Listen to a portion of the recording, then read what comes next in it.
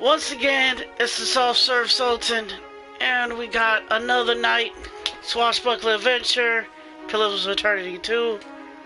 I have to say, we did have some trouble last stream. Not with the stream actually, with the game. Versus Evil, or whoever the guys who made the game, need to get on their stuff, because they most definitely I would say just the quality of this conversion wasn't that great. But we made it through. We put it on. Also, I will be uploading these videos on YouTube channel. I got with a couple guys. I'm actually B&B Soft Serve Sultan. And we place it on our B&B website, or not website, YouTube channel. Yeah, that's what it's called. Yeah, so, but anyway, we posted that up there. We got through. So, got another night. Let's see what we got here. Let's see. What happened last time? I believe we... Ooh, I got a leg itch. Just itch. Anyway, well, oh yeah, we finished off looking at the Temple of Gone, and coming to find out our boy Eder might be a daddy to some kid he had no idea about. So we got some more shit going on there. Unfortunately, Eder's not in the party, so we'll pick him back up if we get there again. If we go to that area. But otherwise, you have to go back. I ain't gonna lie, I'm not a fan of Ocean Boy, but we did level up, so we got some good EXP. We did level up. We got some new moves, and we were trying to. I believe we're going back to a dungeon. Yeah, we did enter a dungeon, and I swear we had like 5 encounters just trying to walk to the dungeon, and these are just like town encounters. So I believe there's random encounters in this game. And we straight up saw plenty of them. And unfortunately, we had chances of talking our way out, but I don't actually have all those talking skills besides insight, which is considerably a talking skill or something like that. But anyway, so we got that. But it was, so we couldn't really talk our way out of, or be the cool, brave, charismatic hero. So we had to be the stabby, spleen like steel hero. But we got there. Eventually we found down this rope that we had set up earlier. Did that load time just go backwards? Anyway, down this rope. I'm not sure if it's connected to the actual temple that's there. But we'll see. Honestly, if it hadn't been but for some randomness, I probably wouldn't even found this temple. So yeah. We're deep down here. I don't know actually where we are, or what to expect. We're gonna get fast mode on first. We're gonna put on the highlight everything. Okay, we got all these flakes.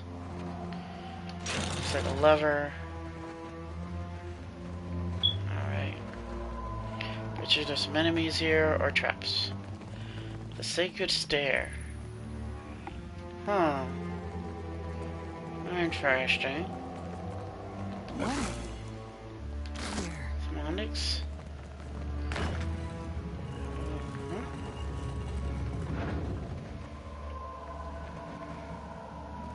Sarcophagi. Exceptional mace. Found a lot of exceptional gauntlets of discipline.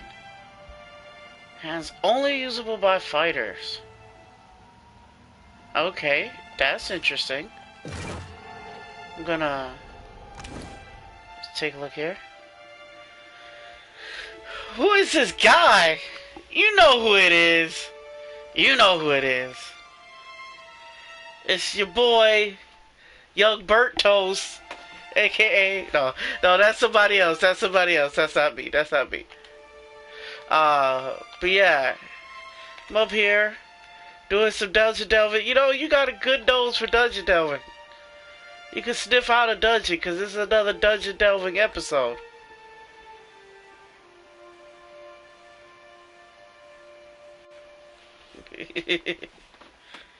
But yeah, so we're... Oh crap, I just went back to where I was trying to... Where are we? So... Let's get... I want those armbands. I'm gonna switch them out.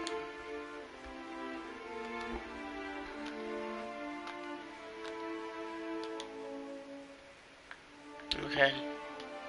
Since my guy's the only fighter here, switch you get the max discipline, and you already got armbands?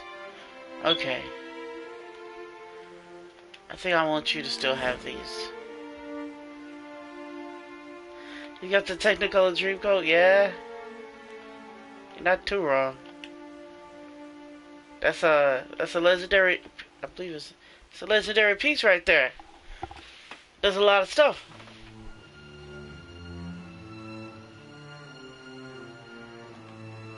Alright, so we would want you to Not a bad got bit of tackle, this. Captain. Oh! Feel him. So these guys are immune to my ranged nonsense. These are immune. I'm gonna let you borrow it? Nah, man. I need it.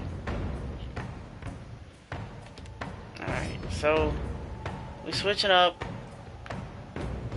Go to the sword and shield. And then we're gonna move up here. What have we here? And see what we can find.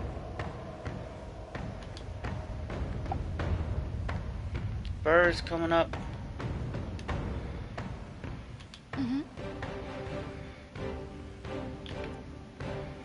She's gonna...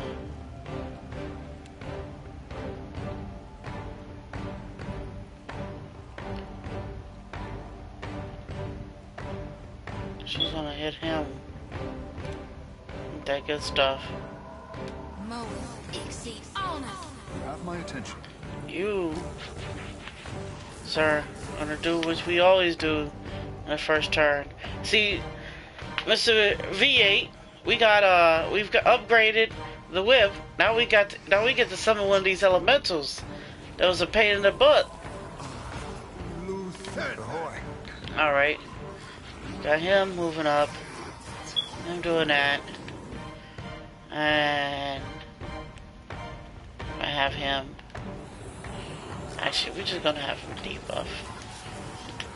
Yeah, start off with a simple debuff. Me too, man.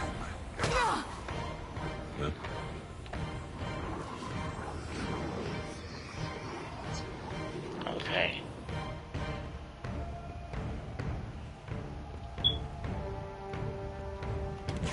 Get that up. We switch to duelist stats.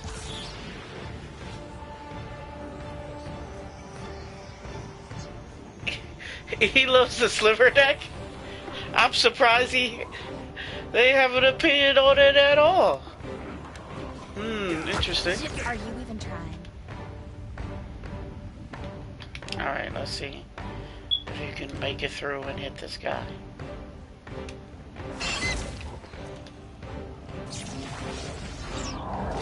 You were saying?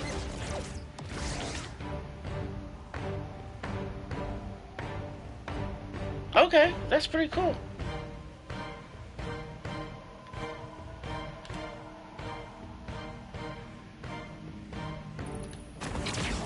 That's pretty cool. That's pretty cool. Tell me how it performs. Ah, skip my turn. Talking crap. It's $6 to play. That's not that surprising. So we're gonna give you you the boost. What can I do you 6 for? plus isn't surprising for that kind of stuff, bro. It's not quite 6 at Bayshore. It's a little bit less. Not that much less. Moeth exceeds honor. Yours to command, Captain. Okay. At this point, I think I'm just gonna have him just hit him with this magic. Your story ends here. Yeah? And hit him with the two slice. Yeah, that's pretty strong. Oh, who's showing up? Who's coming up? Alright. We're gonna get this. What is this? Intense flames. Interesting.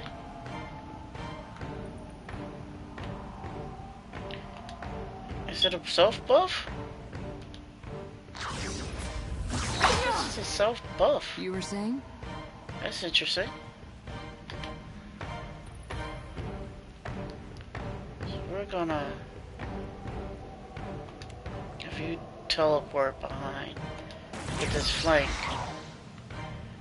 and then have you do this crippling strike.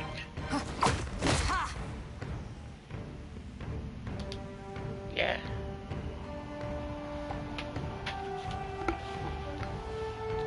Risen Armsman. Okay, this should probably knock him down. Should probably get it done. And then, since he wants to come all up in here, What can I do you for?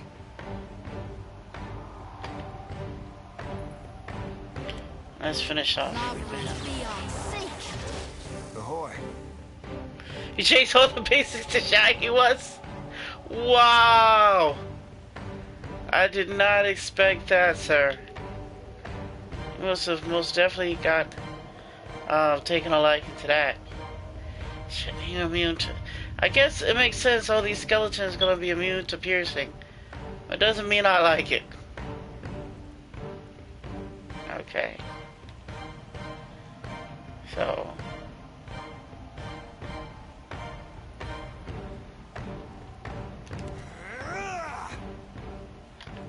I'm gonna switch you.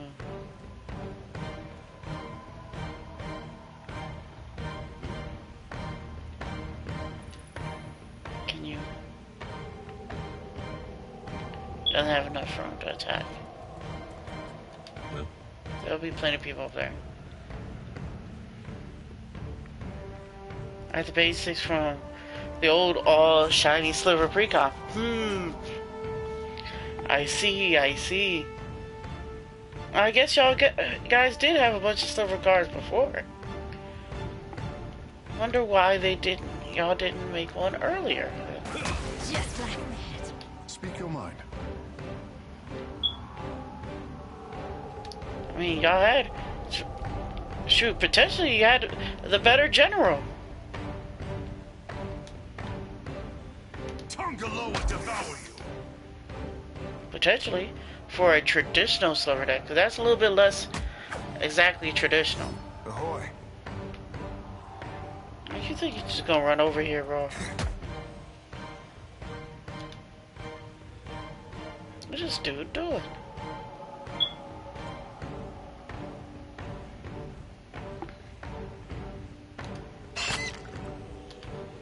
I didn't have the whole deck until I bought the cards.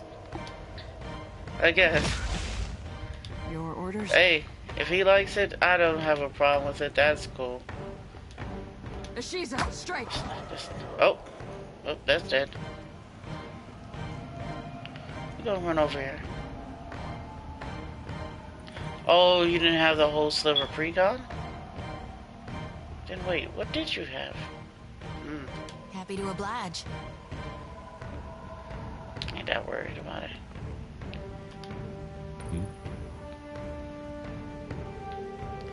Since they haven't come over, I'm gonna cast this spell. This spell makes a double of me.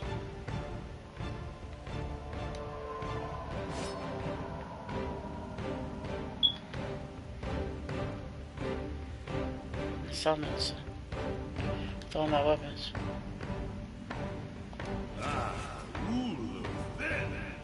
I see. I see. Now I'm curious, what parts you did have left? Yeah.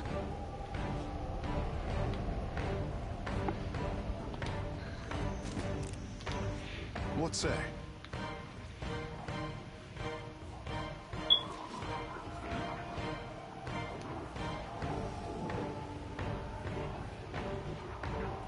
It's just the lands?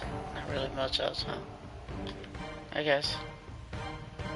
Guess that kind of makes sense.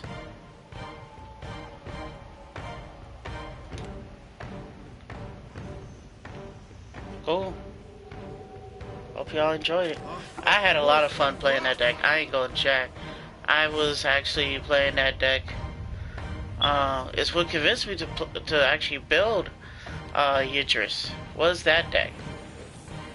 I was like, oh man, I'm having so much fun with this Cascade nonsense. I could do this even more. Ahoy. But I didn't really feel like trying to make it competitive. I think that's where I kind of, that ended up for me.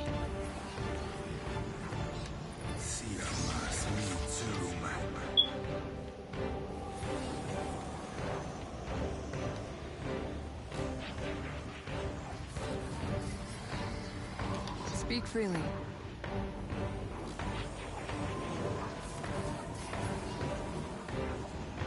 For the homeland. You see that, Ishi?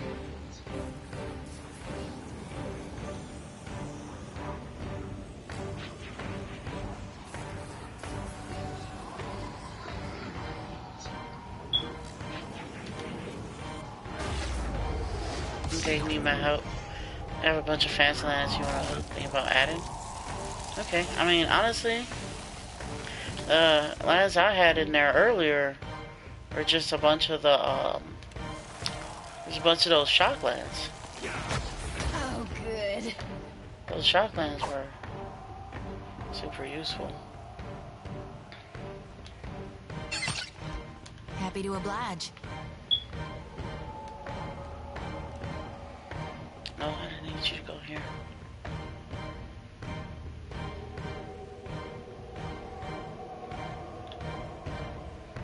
Yeah, that's all I was using, bro. All I was using was shocks. Oh, come on now.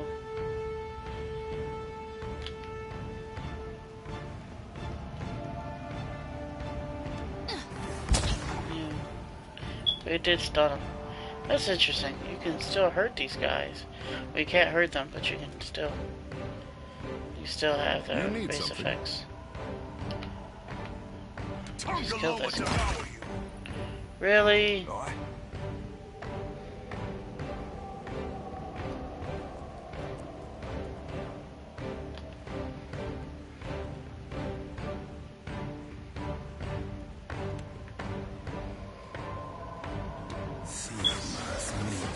Speak freely.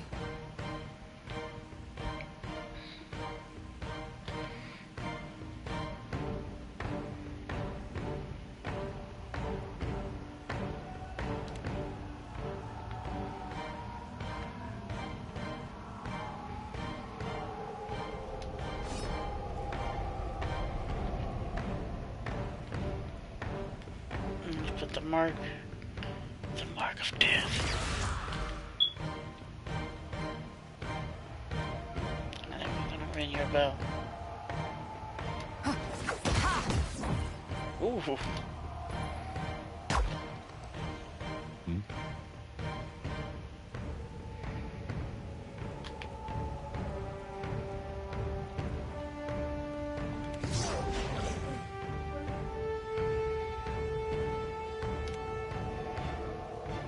damn hard. Just like that. Oh. You were saying? For the homeland. I know these guys are gonna show up. Well, that changes things a bit. What have we here? What for, Cap?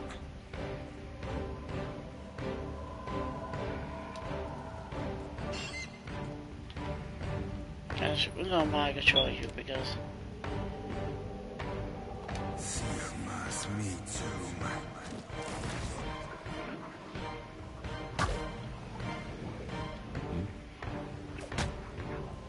just missing all types of stuff. Alright, tough.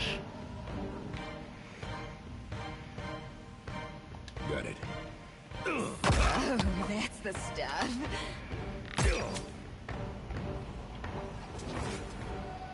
You have my attention.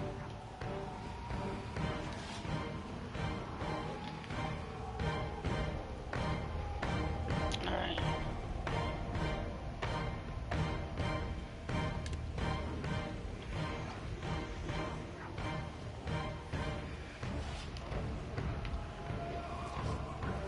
We move over a little bit.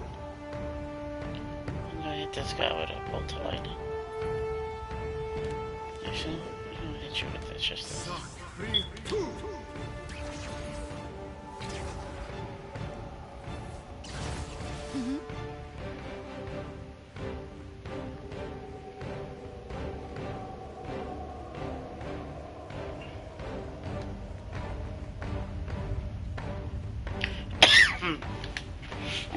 Alright.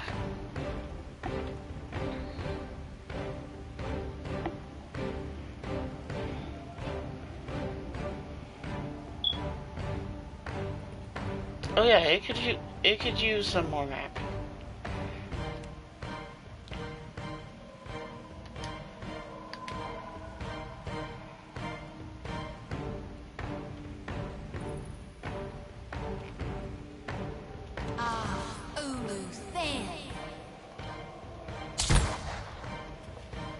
Damn it, I was casting that spell.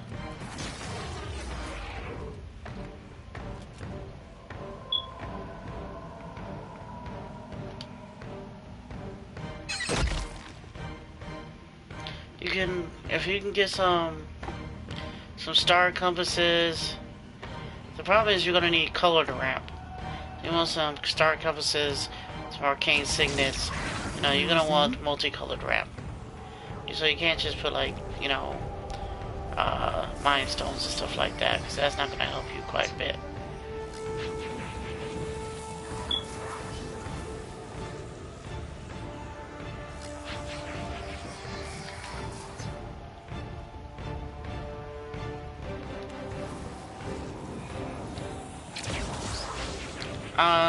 Signets are fine. Strike. What did you find, Ishi? I personally try to use the, You have my attention. what are they called?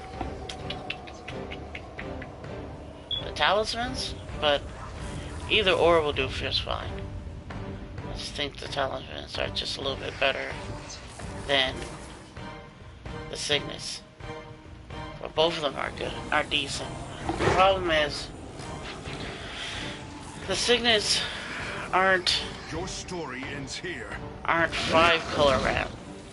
Ahoy. So you'll get into a lot of situations where you'll have those signets out and really wish you could do something, do some other stuff.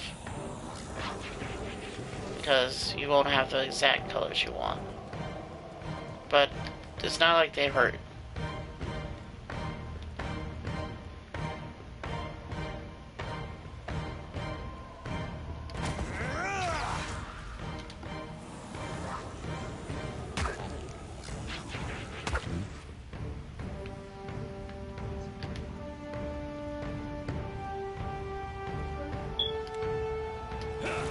Yeah.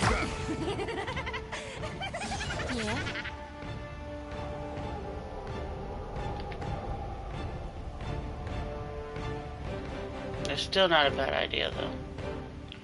The signets want to make it sound like you shouldn't use them. Just saying there. It may not be. That hardly seems fair. Sometimes they're not the answer you really want.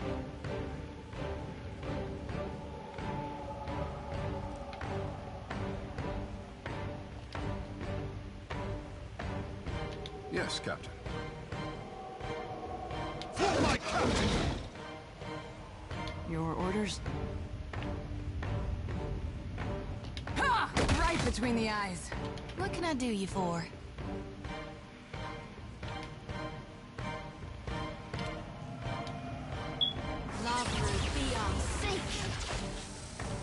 Did it bounce back to me? Captain.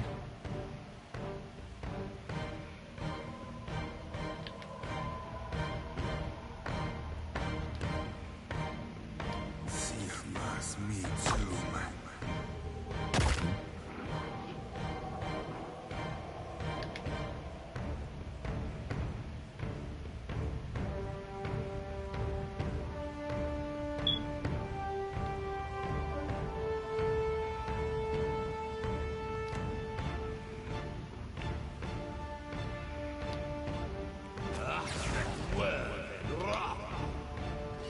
Ahoy.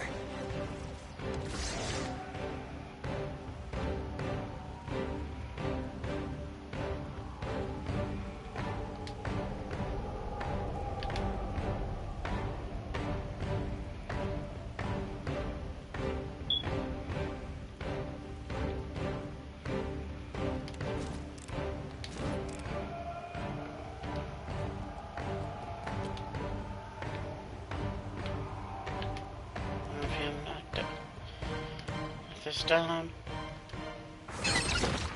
At your service. Show me where to fight. Your orders? Finally. What can I do you for?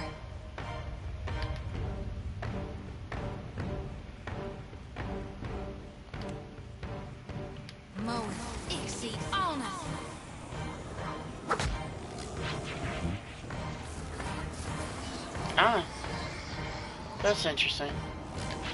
Finally ran out. I was wondering when that was gonna happen.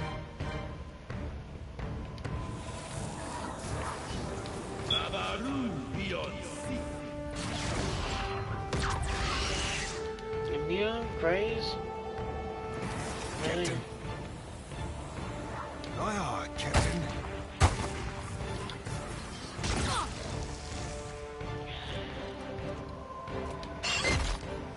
What say?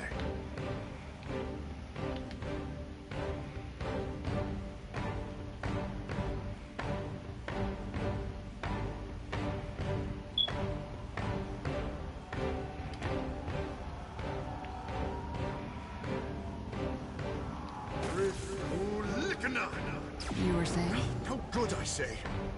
For the wrong Anui. Yeah.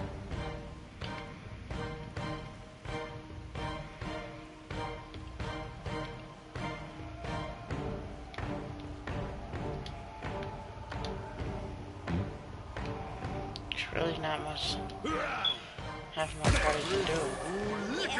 Because we're very much piercing focused. Okay.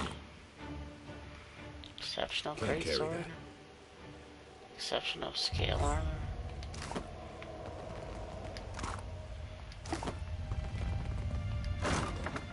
Can't carry that.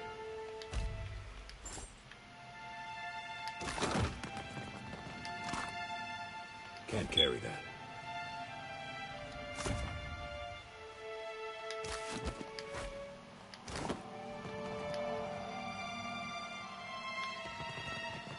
Will do. Can't carry that. Storm.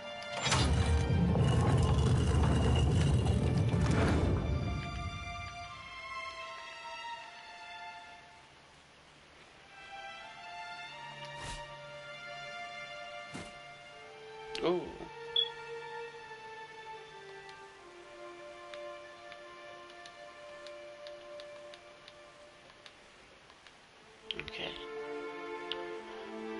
Personal.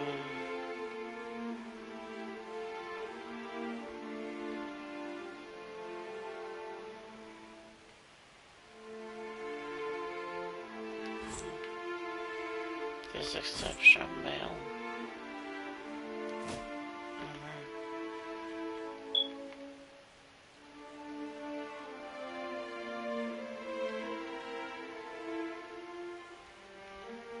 Still, you just got normalized. I could have upgraded your arm a long time ago. Should have done it. Alright.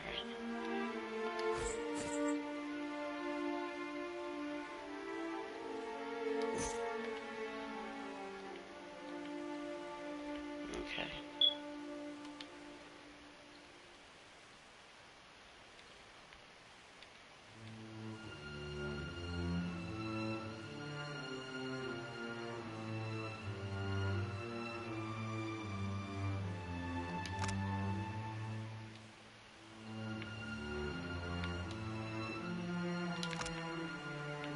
What the all inspiration does. Aware.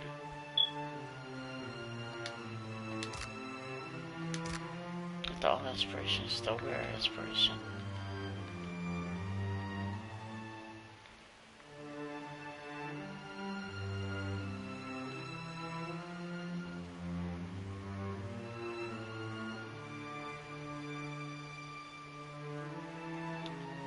Yeah, Cascading Cataracts is pretty cool. I think I ended up having one of those. Don't know. Cascading Cataracts wouldn't be terrible for the deck, that's for sure. Thought there was one in there. But I could be wrong.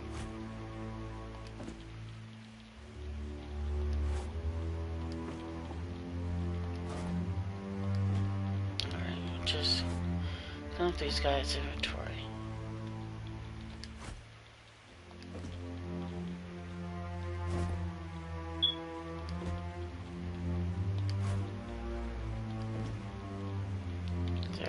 Just always fills with this.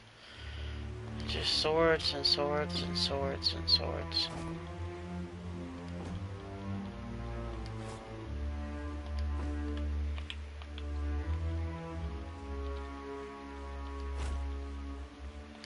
Bunch of mundane items.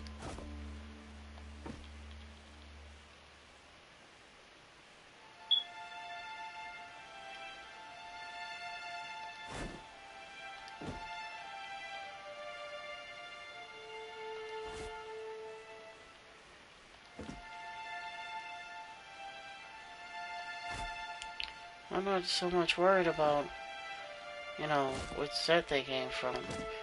More so the fact that it just doesn't have the shocklands at all. So, I mean, cool to have older art shocklands, but I'm not really worried about the aesthetics of the situation. So, as much as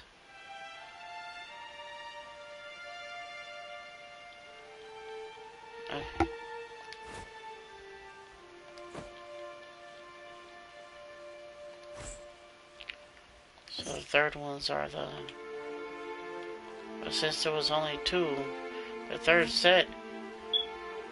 Ravnica set was War of the Sparks, so that's more confusing to me actually.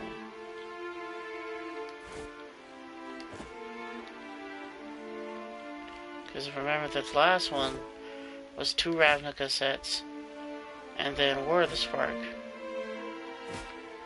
It wasn't 3 like they had done before sometimes.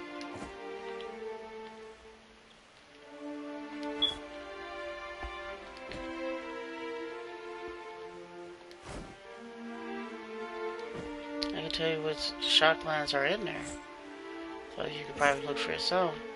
It's basically all the light white aligned ones.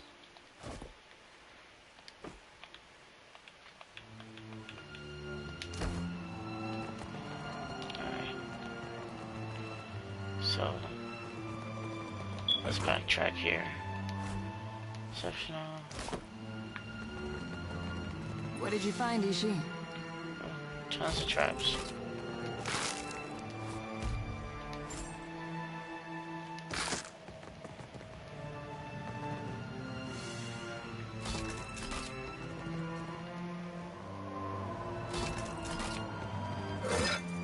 Good to have someone around with great perception skills. So you don't just run Easily into done. stuff and die. Don't mention it. Let's see what we got in here.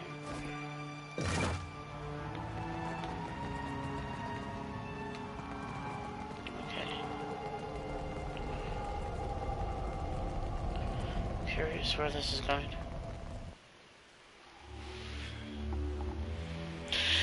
Brooding pool, temple garden, watery grave, overgrown tomb, sacred foundry, stopping ground.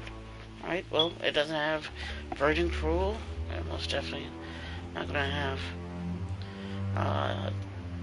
watery grave. Won't have overgrown tomb. And won't have stomping ground. Those are the ones that won't have.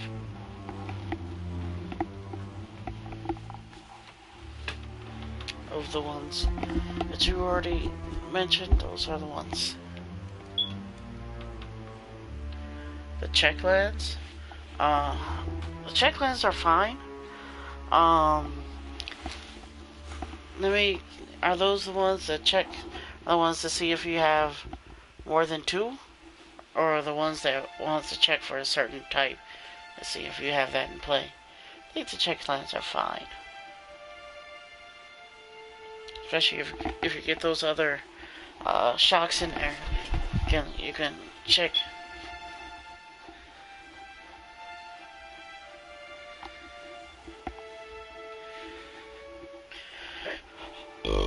Right, I think those should be fine. The check lines.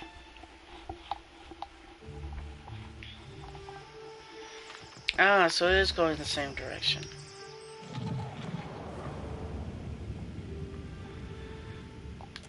What? Done.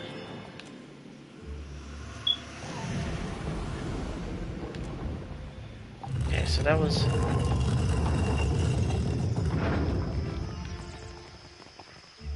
I think there is a city of brass already in there. Check and see if there's already a city of brass in there. Because I think I put one in there already.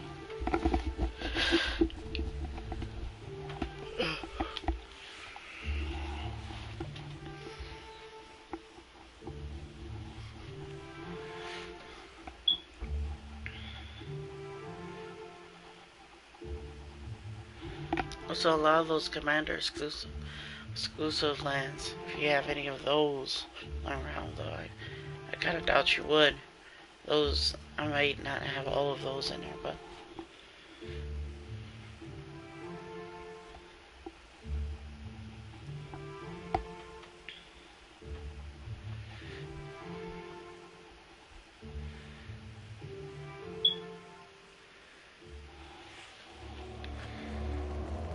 So let's go in the same direction. This was just a back way into the same temple. What did you find, Ishi? Hey.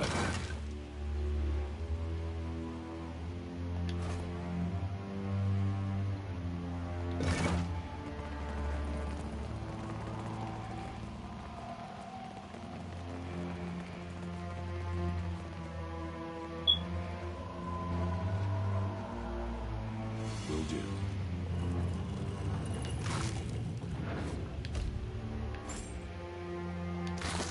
We got trouble, folks. I feel it. Ha! Not immune to piercing.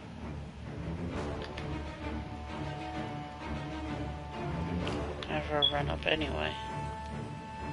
I've got this, Captain. Trap triggered. Dang it.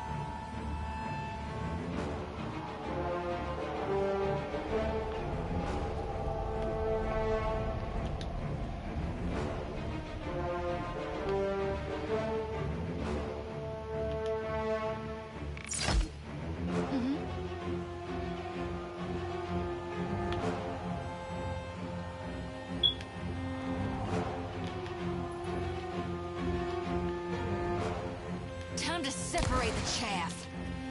What say?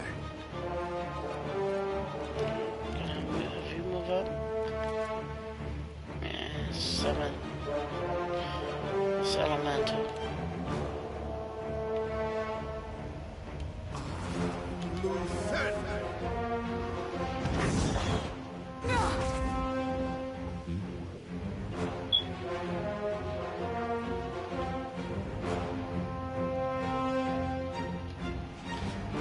First, we're gonna have you switch styles.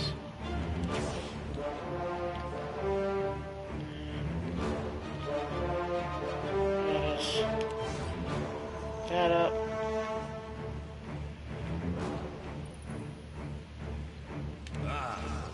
Spirit shield. Mirrored image.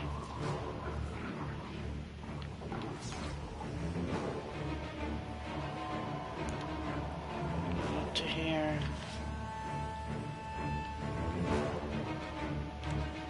And we'll summon the clone here.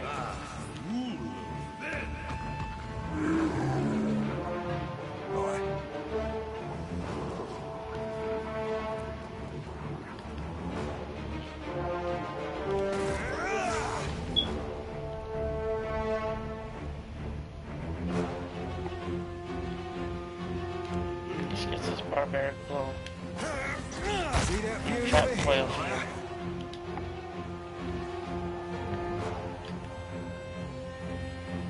Get you knocked down.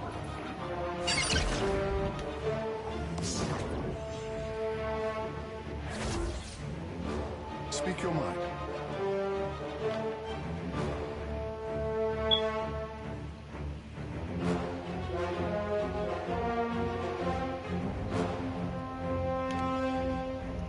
Let's set up this regen. Circle. See honor.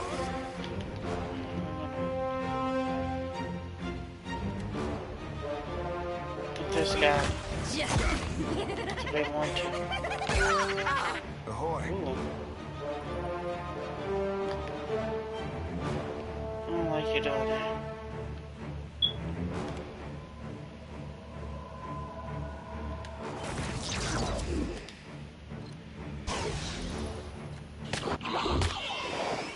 Speak freely.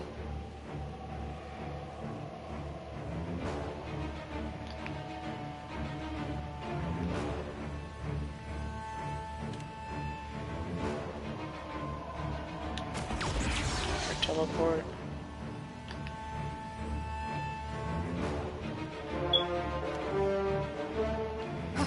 Right between the eyes. Blind and paralyzed.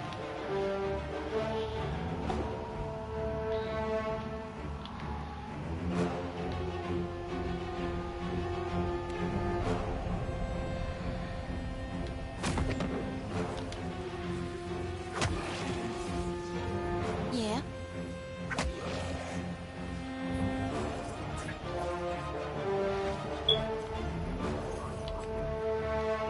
Get you with this divine. These are strong light. Mode exceed honor.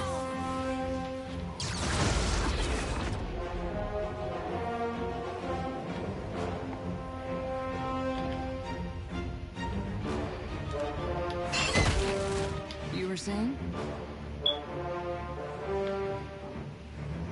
For the wrong and newing.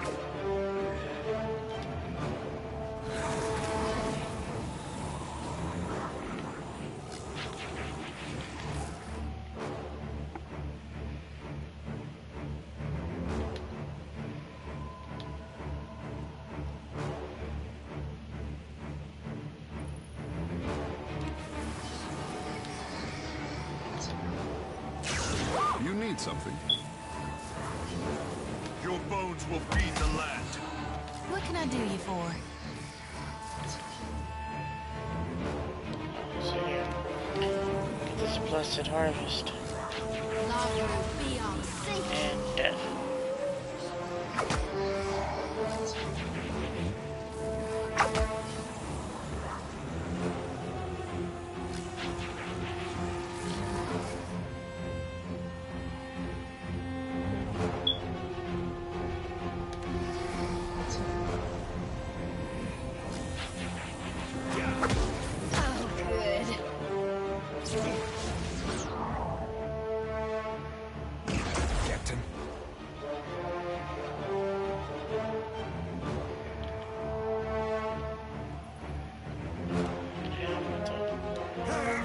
Earth blow.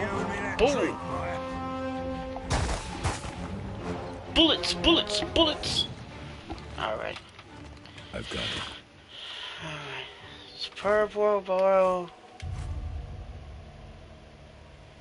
Exceptional leather.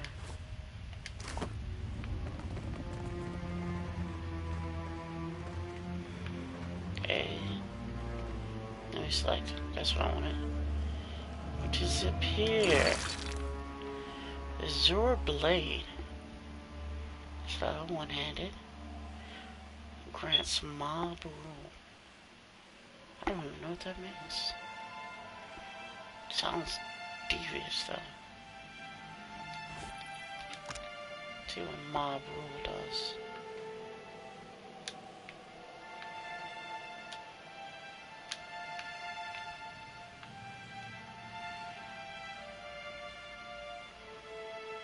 Ah, that's pretty cool.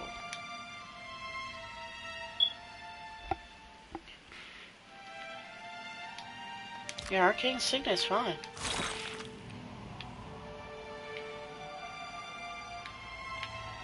So we're gonna switch, since you're the only lady here.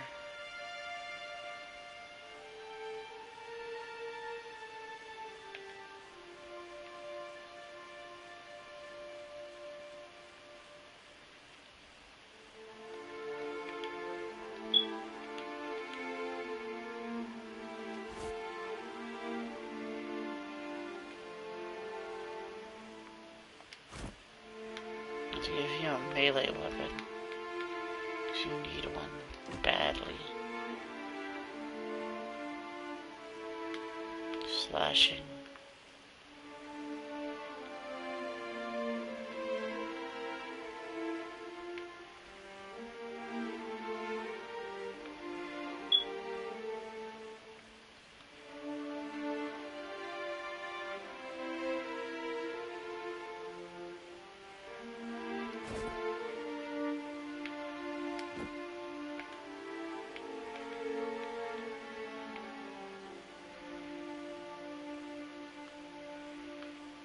Can't just do pure plate piercing anymore. It's not worth it.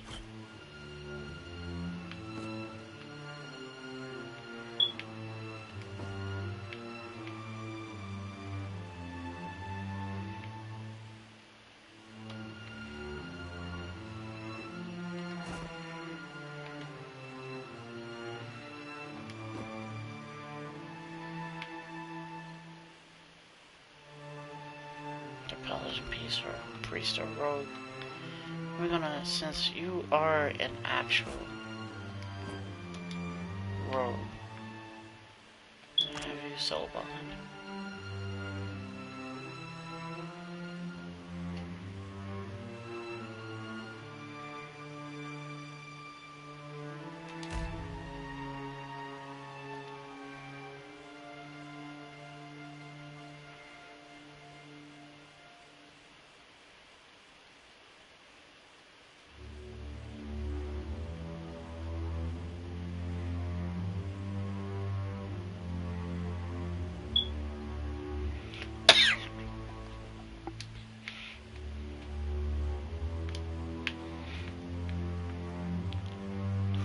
So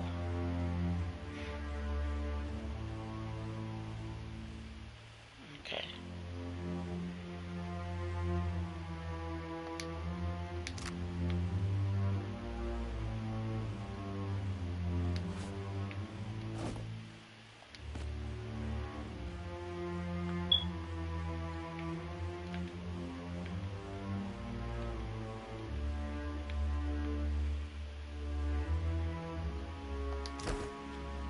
Yeah. Arcane Signet's that's fine, man. Bro. Arcane Signet's just fine. Alright, so let's move. Let's see what we got here. Make some more money.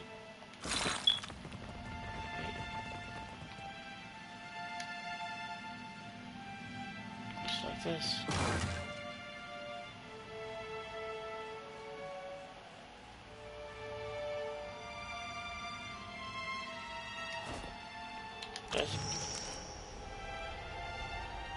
As blood sleeps from the wound so deep, the door croons about the sculpture.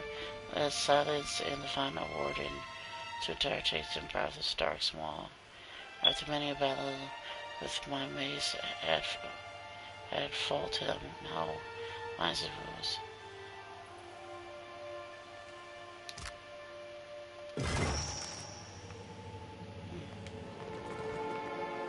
Interesting.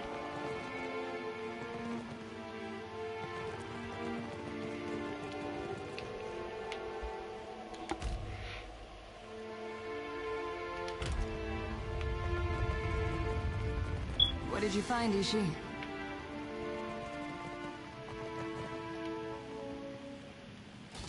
Alright.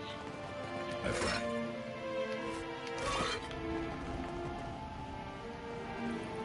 I never use a torch in these places. Because my perception's so good. Sometimes it just doesn't matter. I don't remember which one Blade Sliver is. I'm perfectly honest.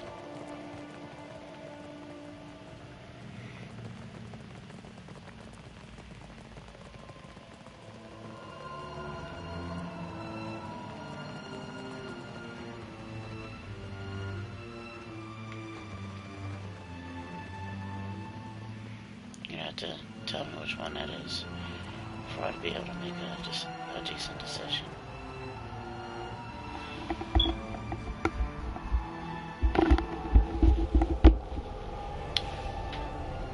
On it. I can see you cutting that one.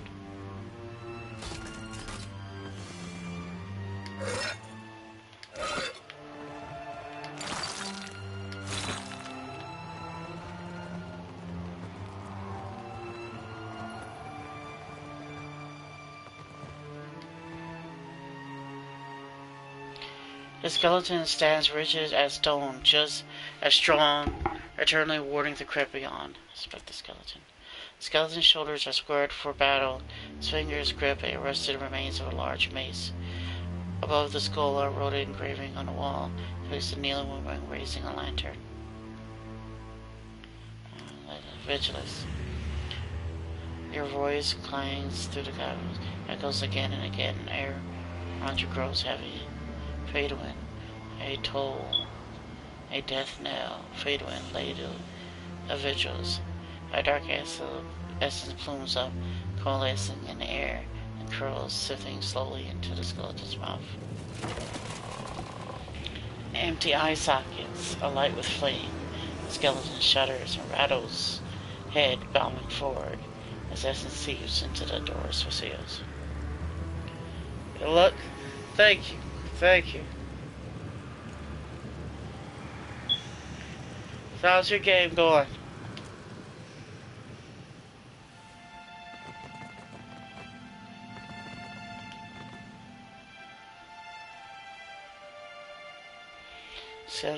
Was a stone and strong, doing war in the crypt from beyond. With the skull engraved in the wall depicts a man standing triumphant under a great gate. Leave. Ah, there must be another person to find. Another eulogy.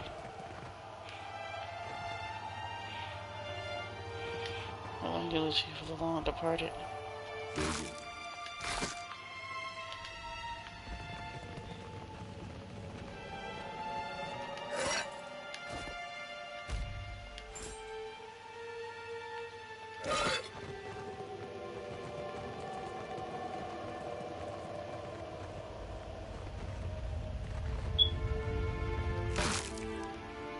Next over. Alright.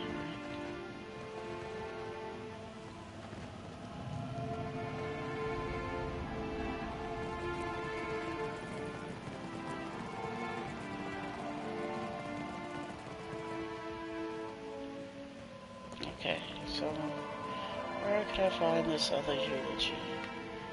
Maybe I'm missing something. Because that was sitting there. Where have I not been? Let's back up.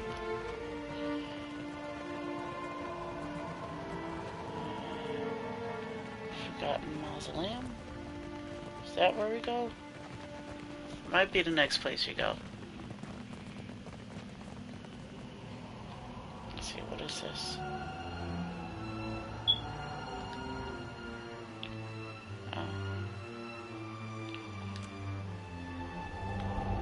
that's how I got here.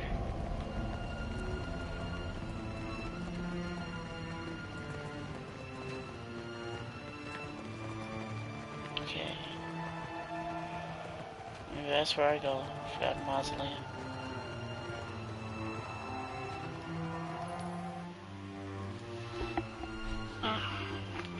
Thought it was towards the end of the dungeon. Gonna find out, I think I'm just right in the middle. Just right in the middle makes a lot of sense.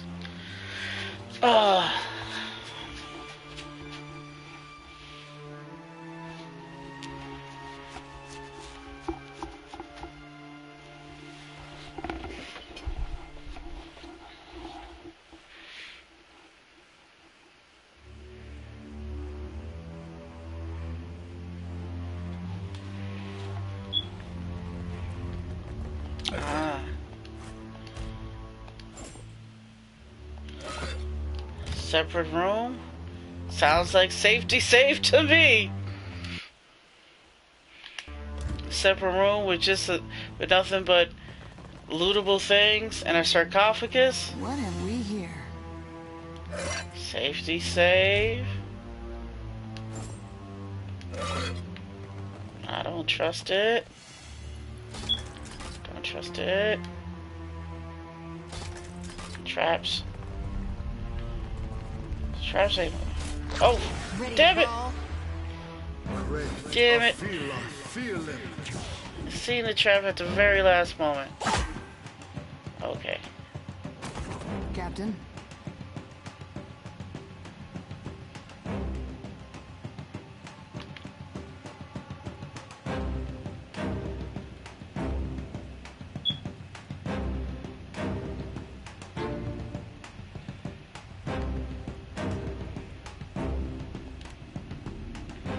Actually, I'm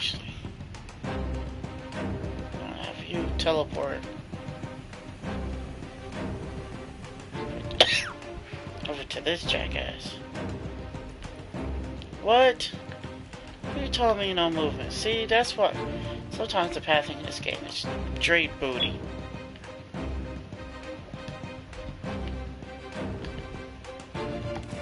Hey, give me a hand here. And that's not what I wanted to do either.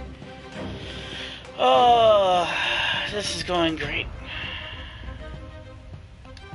Just great. Yeah.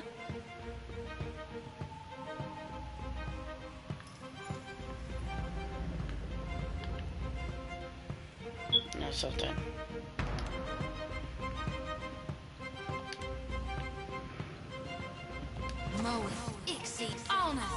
At your service.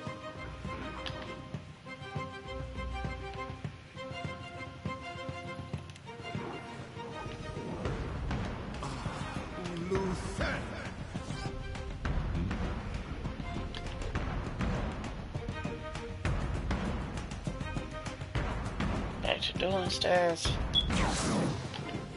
Then we'll get our buffs up.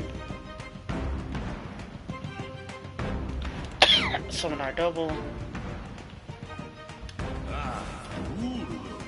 What for, Captain?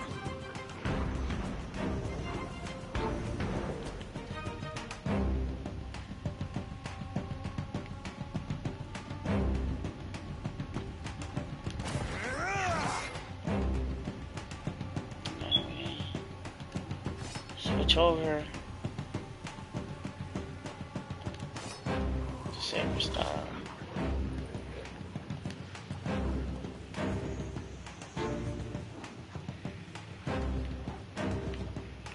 .34 lands. 24 is decent. Ahoy. We could do more. Really want? Oh, more people showed up. Cool. Cool.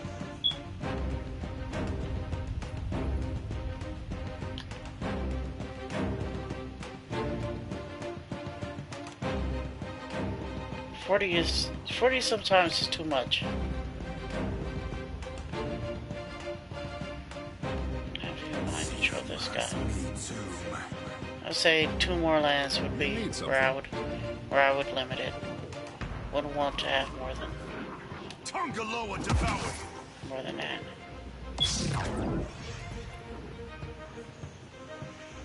I would want more traditional ramp than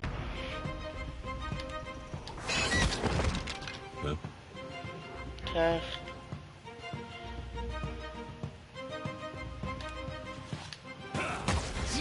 Oh, that's the stuff. Yeah.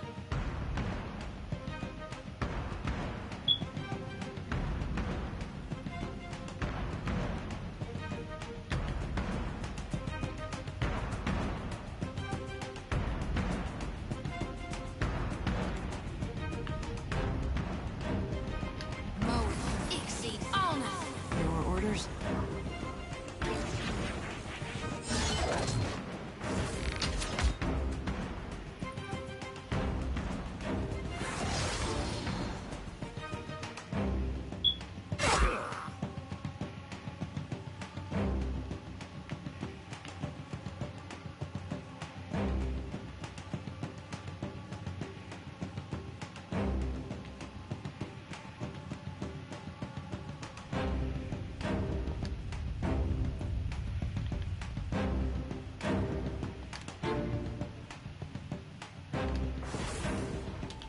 Both of these guys.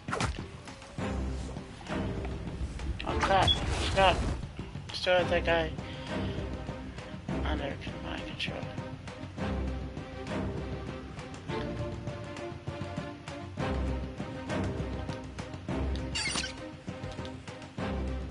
What for, Captain? I mean, if you just want to be right next to me. Just not what I wanted to do. Okay.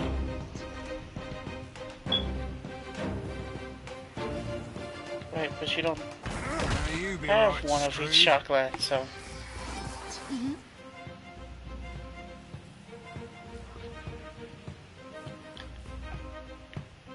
And why did you tell me you had all these specific chocolates if you did have all of them?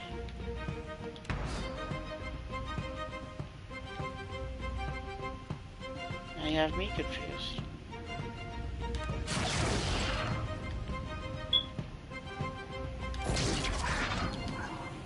Speak freely.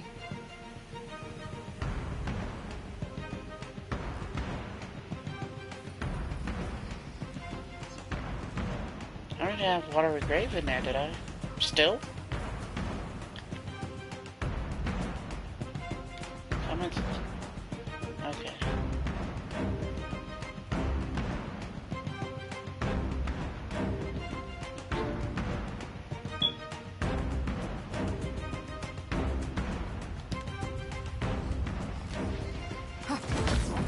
You see that, Ishi?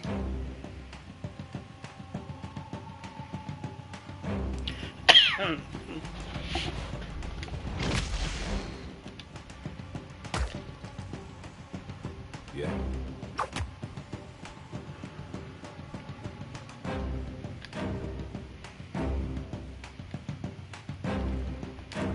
Just kill the soldier. Oh, good. Come on. At your service.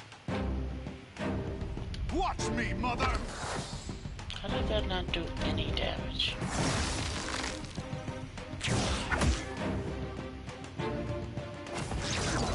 Happy to oblige.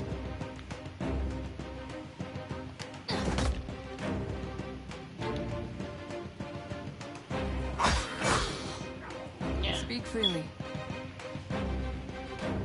For the homeland.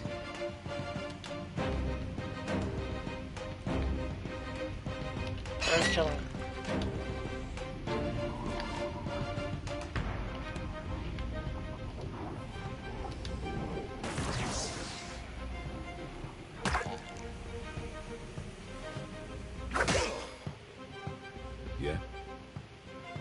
Sure. Final. Alright, now you can go over here and start dealing with these guys.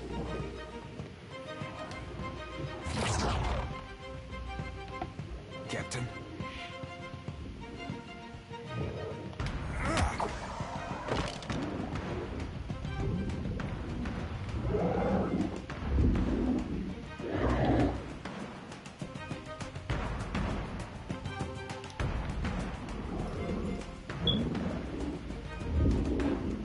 At your service.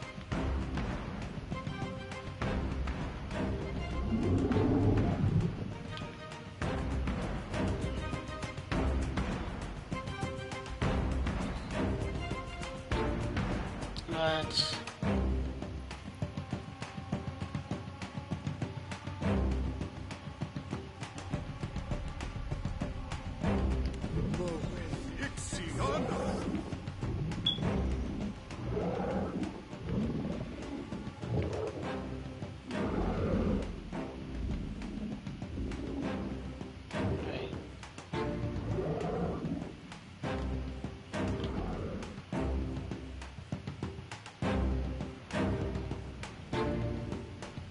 Craved, a feeling.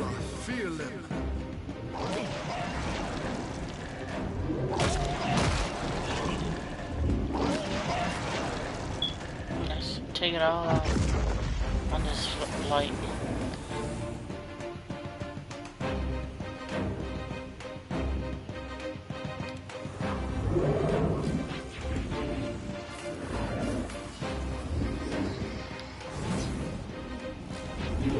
I mean, we do.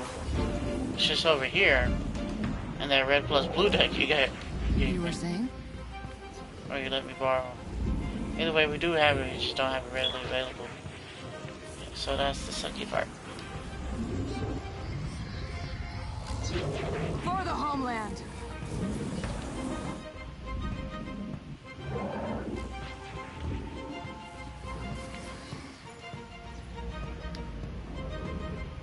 Over here. What can I do you for?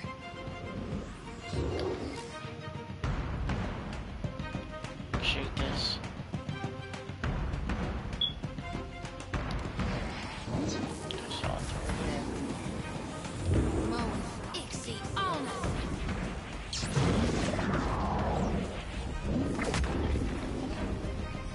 What's that?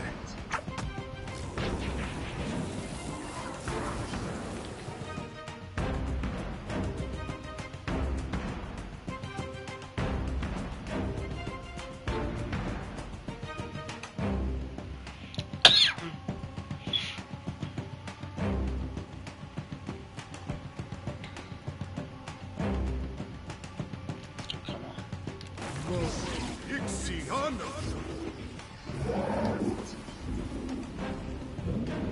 Show me where to bite. Yeah.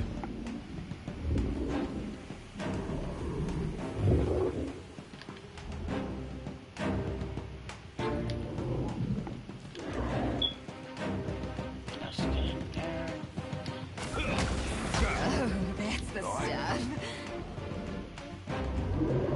Me blowing a man down.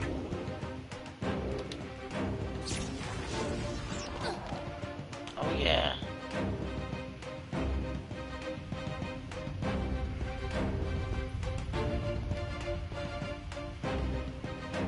Your orders?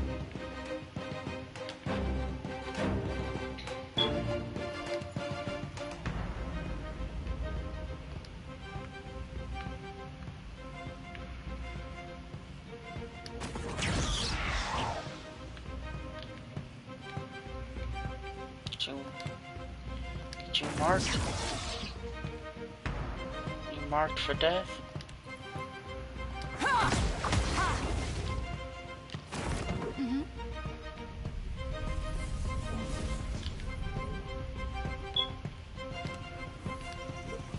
Love will be on sync. Yeah.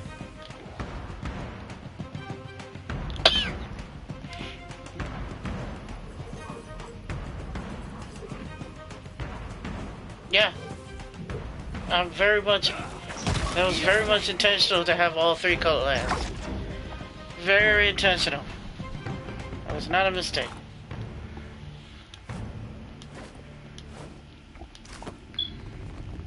Will you?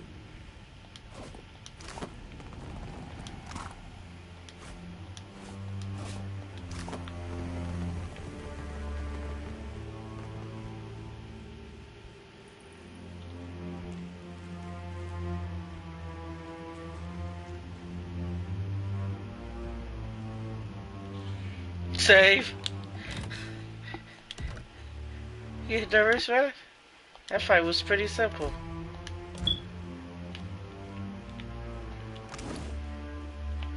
But a good save deserves a good save.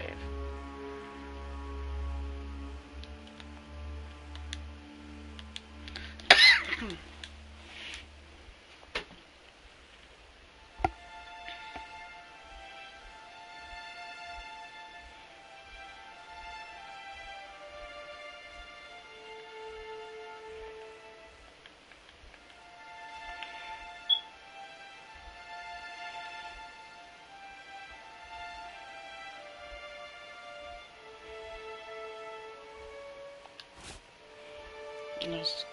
Different was breastplates. Tombs worry. I can't even be 100%. I don't even think you're crazy for that. Tombs. Don't worry. Oh,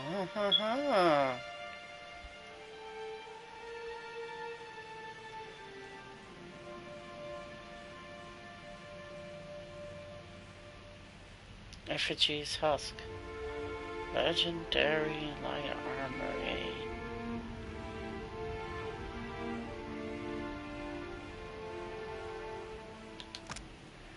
King's resentment. Let's see if this does.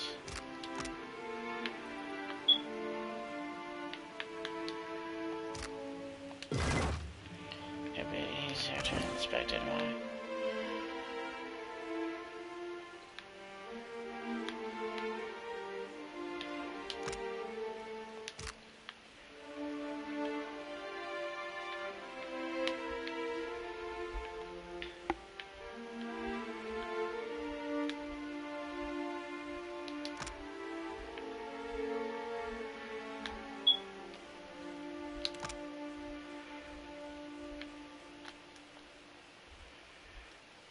What's this though?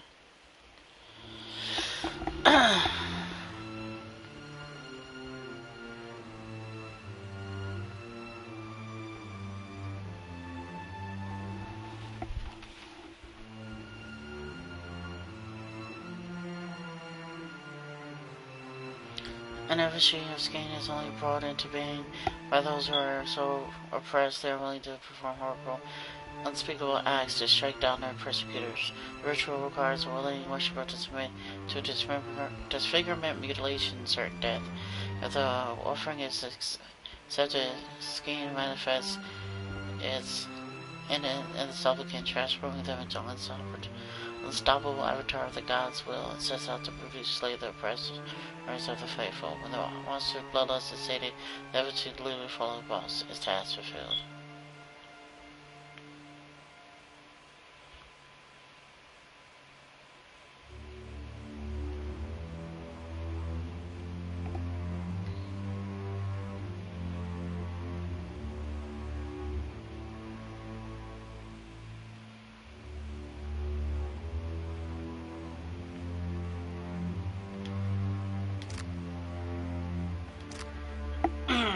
Interesting.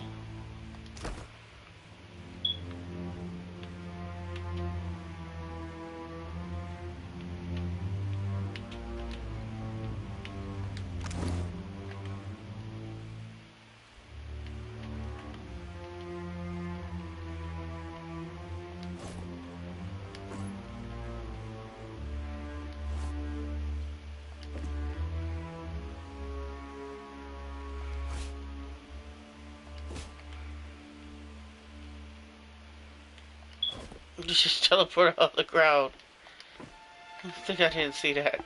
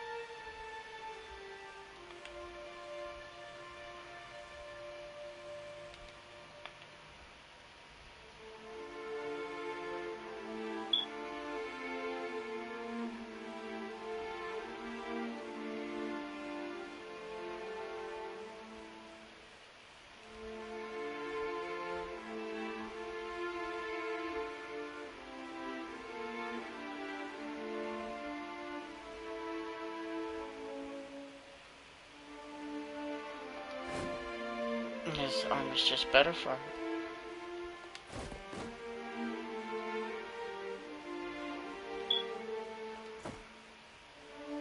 I'll put this to good use.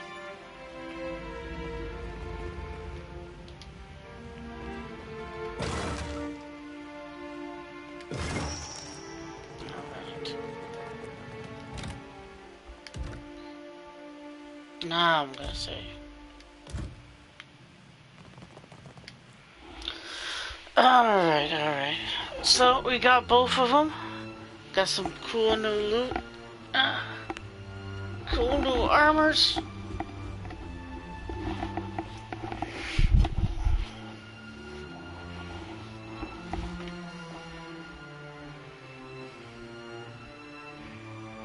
Oh, this is supposed to be a Tomb of Bareth.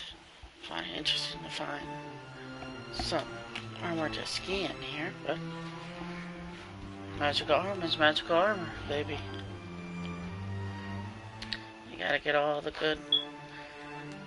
I ain't quite dripped up and draped out yet, but, you know, we doing better. You know, we feeling good. We looking good. Alright. Alright, let's get. So, we're gonna move up. Now we should be able to pass through here and see what we got going on.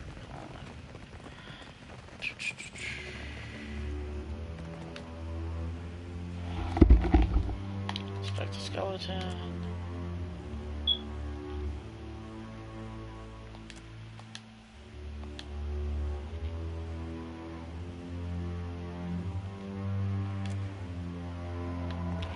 Right, I think we have to actually read this thing. I didn't actually read it.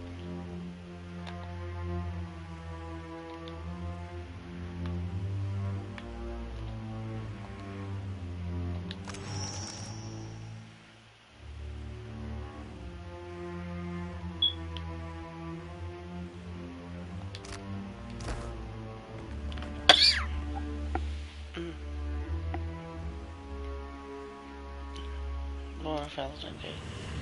Waters reverberate in the dark, beckoning the skeleton back to life. Born with Lord of Helen Gate, sound becomes a throne, riding the air as the soul, as its coalescing curls around you. It prickles along your skin before sinking into the skeleton's mouth. The eye cycles alight with flame. The skeleton shudders and rattles its head bound forms. The soul emptiness seeps into the Centaur seals. Seeing what big nasty lives here. Can they be talked to? The towering skeleton straightens his spine. The sound of his bones shifting rattles around the cavern. A gilded sword rests strapped to his back, and in his hand he grips a massive flail with a heavy skull for striking head. Watcher. Oh? You just know who I am. Twin fires flicker in the pits of his blackened eye sockets, burning with deadly intent. Been more than a middling life worth since my flails got bathed in bloody gore. Speak, then perish. Listen, you've a cause from birth to fare here. The guard drags the spiked skull head and a man's flail over the ground, gouging the stone at his feet. He has the flail strands over his bony shoulders.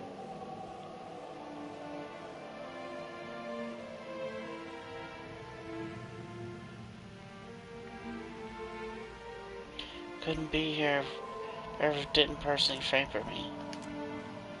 The skeleton stands still as death, magic billowing around him, burning up the air for several moments. He only stares, and his teeth clackle lightly. Lifts his fell from his shoulders, swinging it just short of So his tell me what for the goddess would send ye. Swiftly. A button your next and last breath. I learned of your history and sought you out the great Yasir Rider, Twin of Barath's town. The Death Guards seize at the mention of the Ruin's name. Rage, cold but violent, rattles at his spine. With bone-popping nod, he lifts the flail skull down to crater the ground. Stay your death, then I will. Oh, I'm low with battery! Let me get this... Hate for something to happen. I must take this last stone tablet of your eulogy to the High Priest of Bareth. Aye then, I'll allow it. They priests need to be keeping the sacred rites of Bareth alive. There it lies in my burial grave. For what?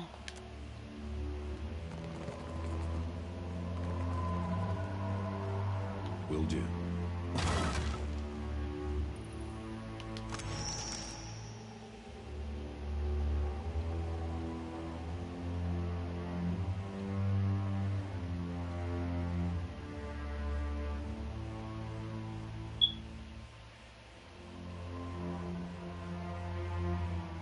Just to...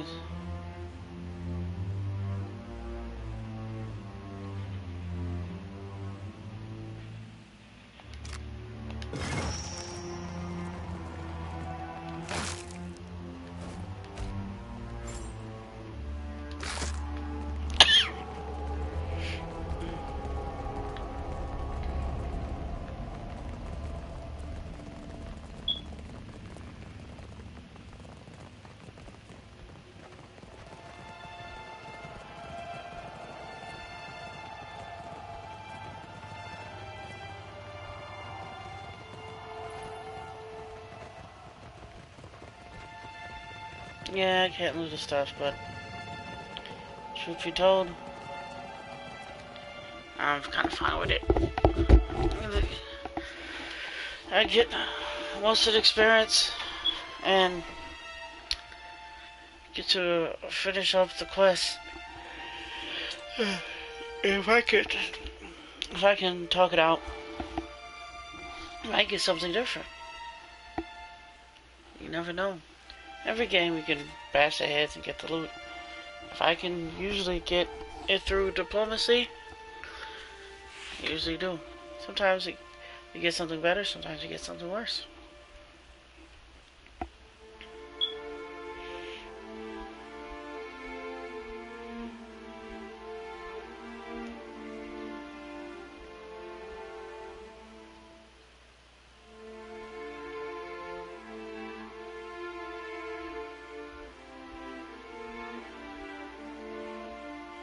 Yo, this guy's sending me an invitation. I'm gonna see, let him know I'm streaming, so we'll check on that invitation.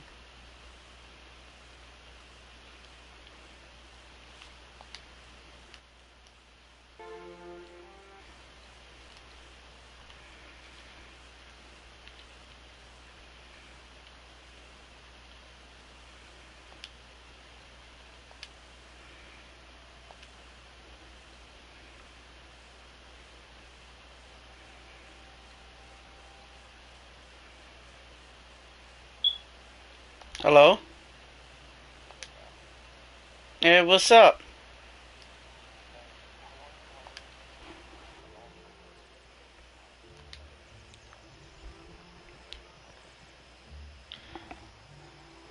I'll be up for a little bit. Though granted, I'm streaming, and now you're being streamed, so hello to I the dare you to go to my inside. viewers. No, But yeah, Bangalore will I eat just got done with the Temple of Barith, that stuff.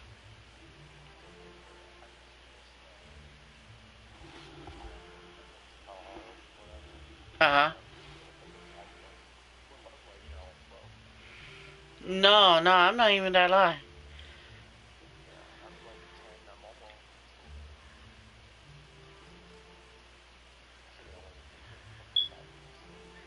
Okay, but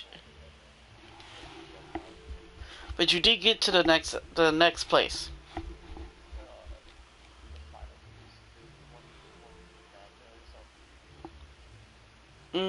I didn't go there. I ended up going somewhere else.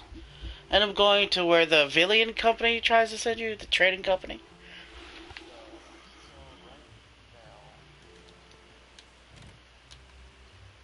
Yeah, it's Mike. Viewers wanted to know who that was. Uh, Yeah,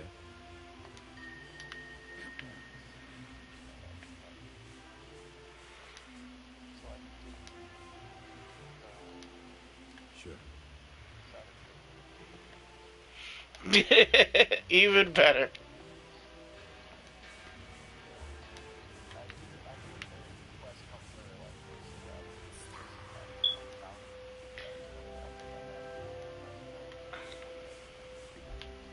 Okay, yeah, I haven't been to that fort yet.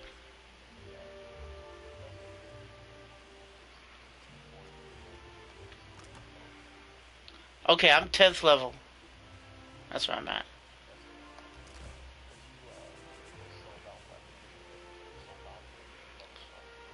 I've sold bound two of them. I've leveled up one of them. Obviously, the one that you got in the tomb.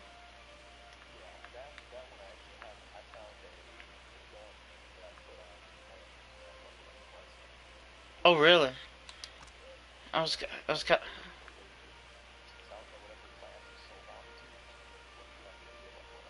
Okay.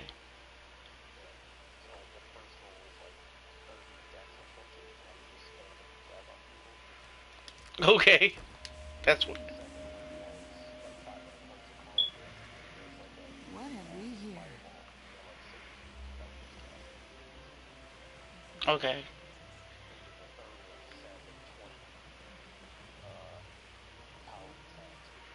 Coming along hmm well, is it? It can be dangerous down there, so I read.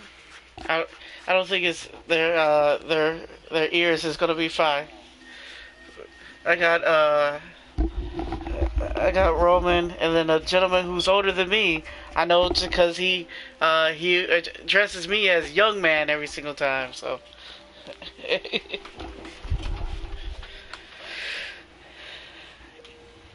yes, you should. I do. Both of those things are true, sir. Both of those things are true. I never went yet, but I will after I die.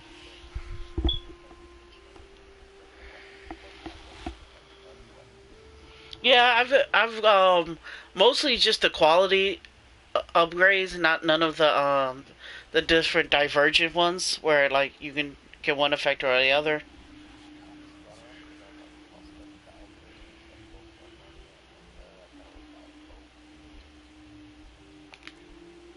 Had heard, but knew no. Is it true? Mhm. Isair is a death god. Mhm. Oh, under the right duress, Yeah, it so can be it was done. what I was sitting there looking at. I was like, in most games you get a lot of money and you eventually don't have nothing to do with it. This game, you could have tons of cash, and you just never run out of stuff to do.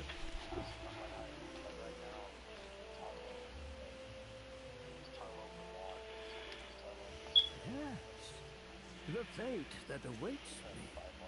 Then I will walk within the catacombs beneath the temple. Okay.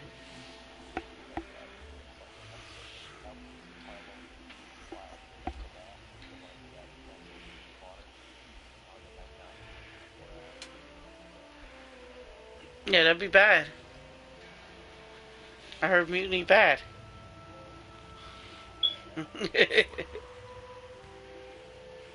Finally, I'll be one of Berath's chosen. Blessed.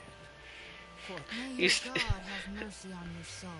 you still, you still go around killing people. Call me Fathomedic, but I'll be sticking around if all the best bits and bobs fall off. Good luck with that. Hope I don't see you on the other side. To live for death is a contradiction that only the great eel could appreciate.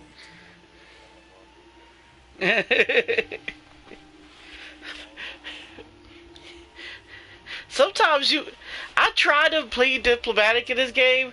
I come to find out a lot of people just gotta ice skate uphill. A lot of people, there's nothing more pleasurable than steel in their spleen.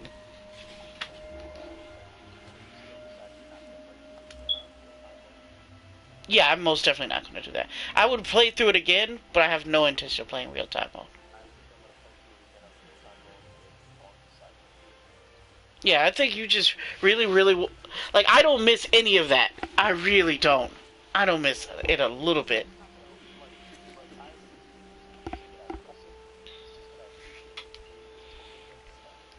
I understand. It's like yeah, it's like getting two games for the price of one. I completely understand that.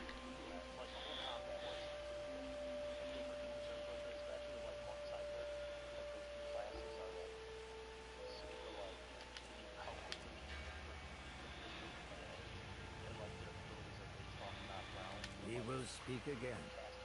After my acolyte has gouged my heart from my... You'll see. All right. I will address your inquiries best as I can. So ask. Give them here. You may name him what? Goku? Because that's what he is. He's a psychic monk. A psychic monk. There's several characters in that show who would be more like a psychic monk than he would be. Truly, you are Berath's champion. Yet you will not die soon. There is work ahead for you. I set these aside for you. Old keepsakes from another time.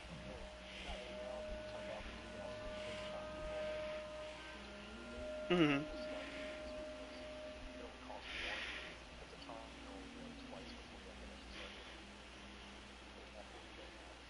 Usually it doesn't. Also, Roman suggests TN. Uh, uh, you know, actually, oh, you probably don't, never watched Dragon Ball Super, I'm guessing.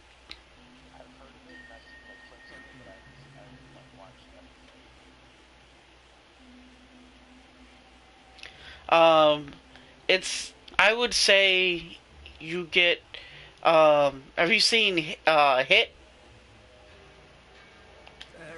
holds you close. Okay, Perhaps so Hit is a character. And he ends up using, like he has time stop powers. And in the times, when you use the time stop powers, you end up going, time skip.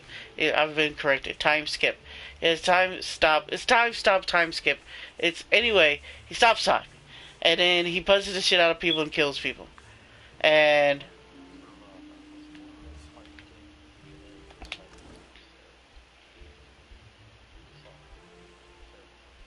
terrible fun.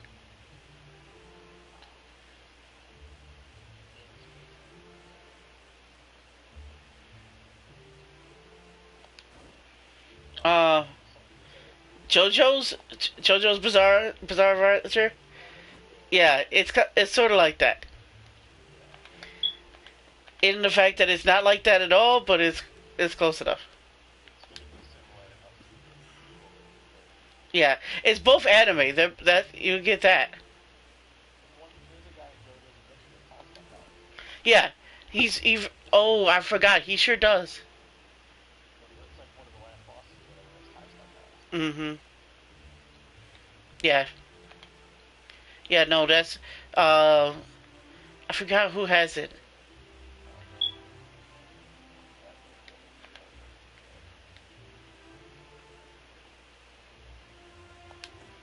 Yeah, I know exactly what you're talking about.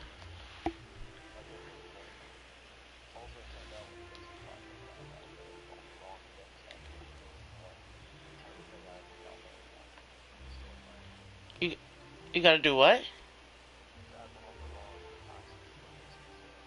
Oh,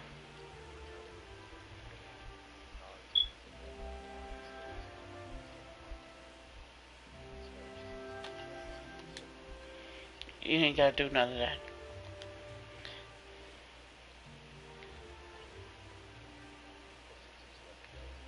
I don't want to hear about. You know something? No one wants to hear about what your dog eats. We sit there trying to have a reasonable conversation, and you sit there talking about what your dog eats. So, uh huh, uh huh, on a mild steak. You feed your dogs better than some people feed their children.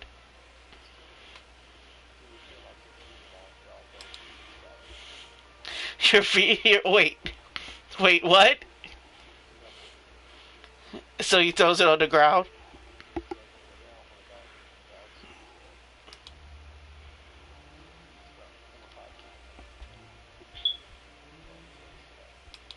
Yeah, yeah, it's your fault. So what about Into the? Is it? Roman wanted to show me Into the Infinite for some reason. I'm confused. It costs 4 blue and 8. It's a sorcery. Draw cards equal to the number of cards. Yeah, yeah.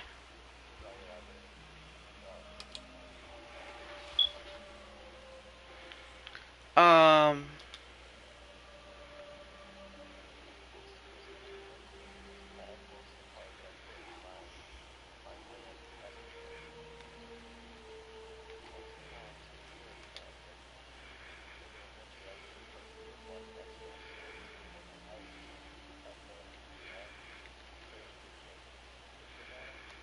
Mhm.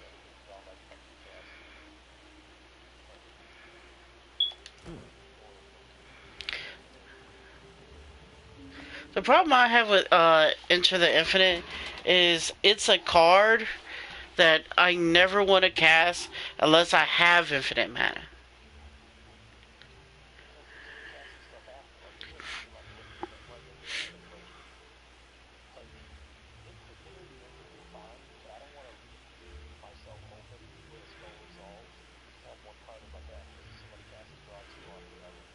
Right.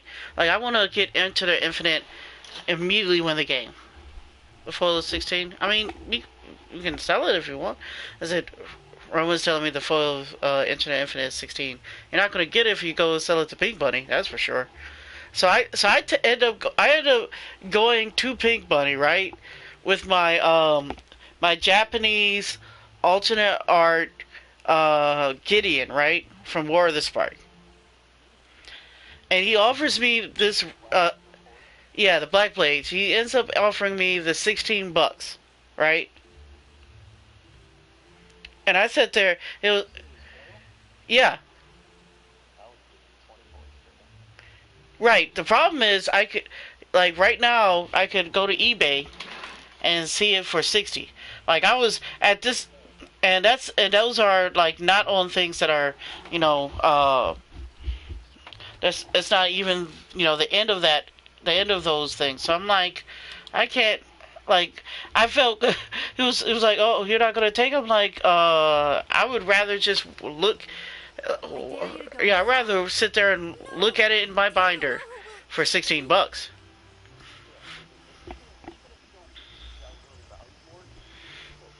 Hello. Well then. Mm-hmm. Questions? I've told you of my Ah, love.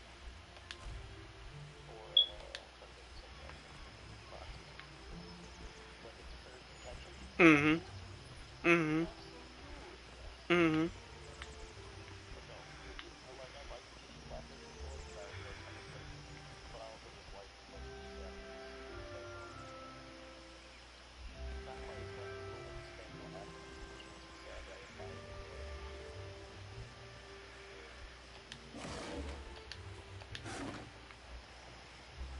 Supplies. I don't know how I feel about those secret layers, honestly. Hunter, do you come to serve your coin bond? Yeah, I'm becoming more and more not say enthralled, but convinced about these about the mystery boosters, but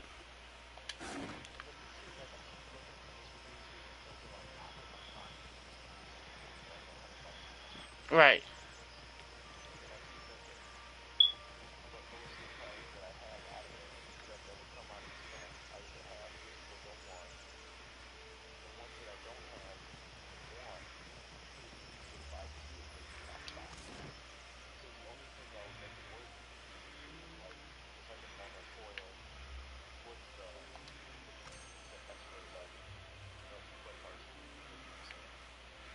Um um damn, I know exactly what you're talking about. You're talking about centriplets.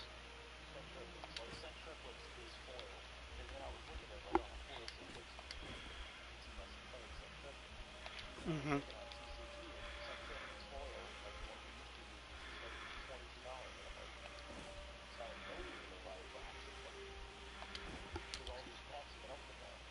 Centriplets is $22?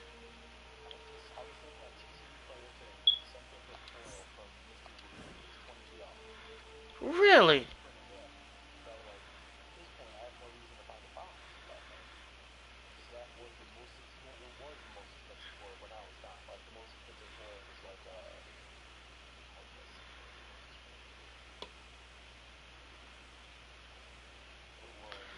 Oh no, Roman. The is Roman. The reason why Enter the Infinite exists in that deck is because Omniscience exists in that deck.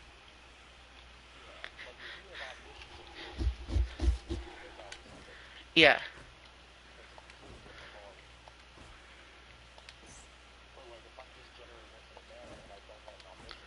Oh yeah, centriplets in there as well.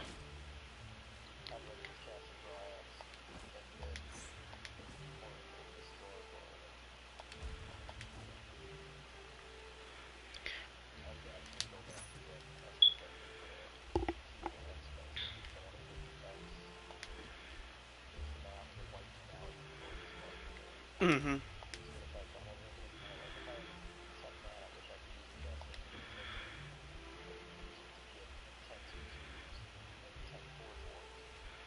Mm-hmm.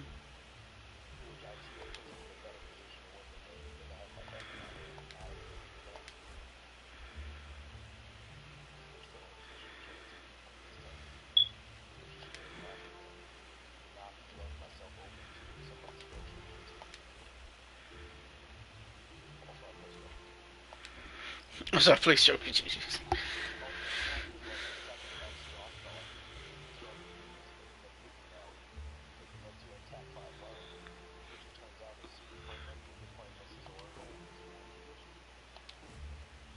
Also,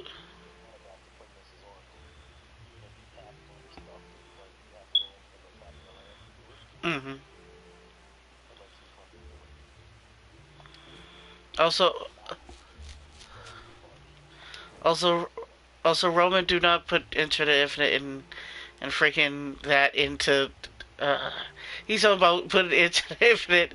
He's trying to mess with me. Put Enter the Infinite and Omniscience into that Sliver deck. Do you ever see my Sliver deck? Yeah. Yeah.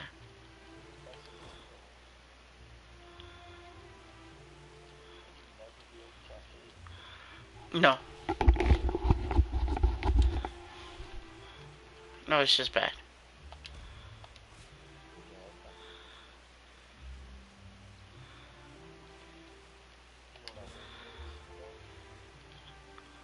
What's up?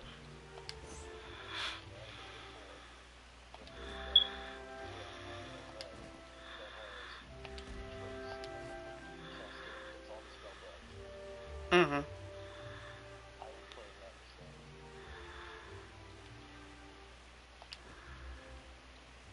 Hold on, you put what in Slivers?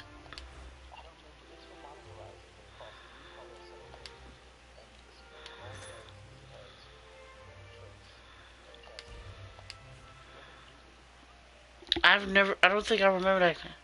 Also, if you put more than 3 shot glass, and I'm talking to Roman, because I basically handed him the what's the name deck, right?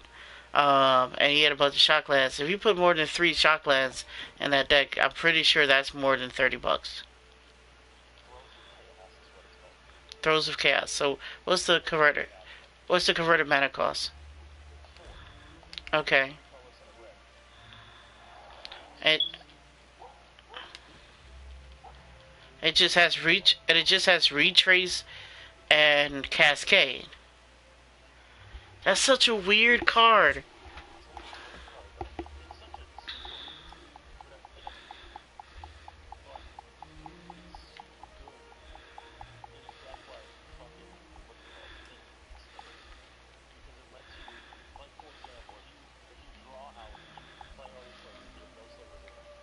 Mm-hmm.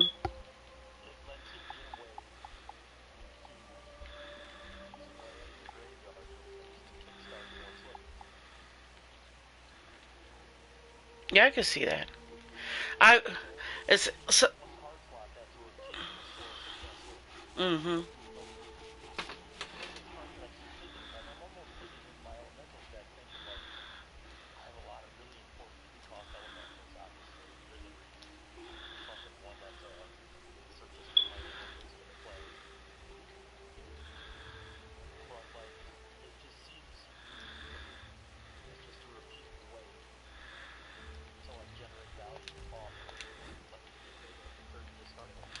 Mm-hmm. I think it's retrace. I'm thinking not retrace. I'm thinking rebound. Yeah, or discard a land, specifically land. That's like I've actually I might think about putting that in Yidris.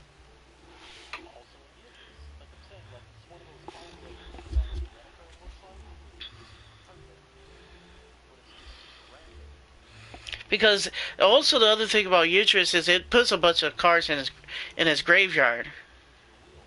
Yeah.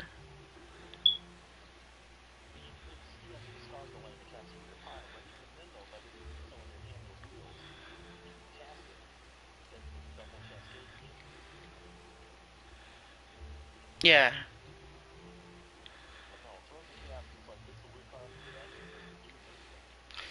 So questions. That was in Horizons. See, that's such a weird set. Not Horizons.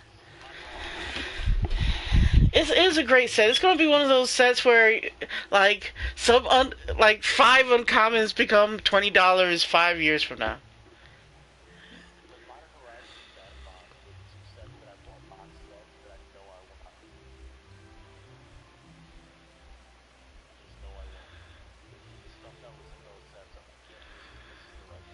Mm.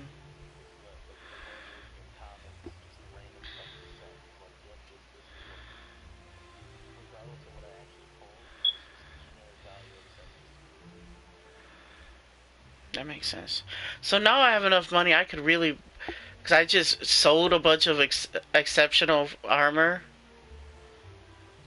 Uh, Modern Horizon is going to be used for everything but water. Yeah, that makes sense. I said So I have a bunch of money. I could buy a second boat. Do you know how the mechanics of having a second boat work here?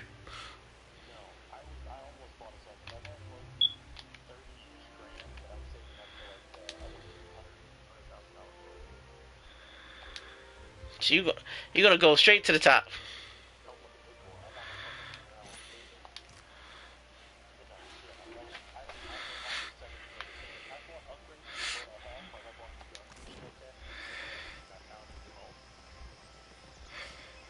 I got a new hull, but besides that, I actually haven't done anything for my boat.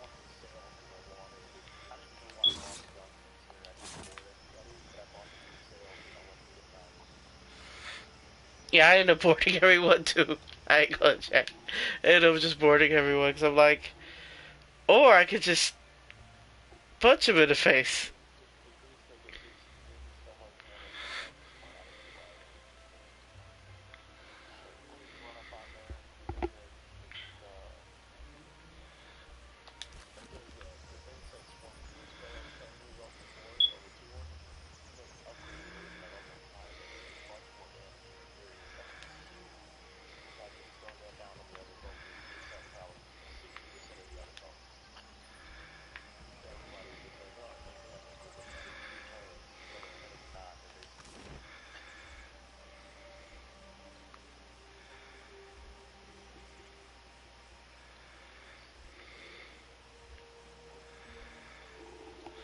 Diplo, what's that? Something I reach chips? I like diplomacy.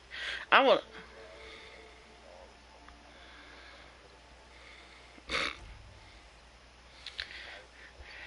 So now that I've been in Narkotaka for a while, I come across so many of these so many of these different how can I say, random encounters. Like I was going from one place to another and had three random encounters. I just got a new one.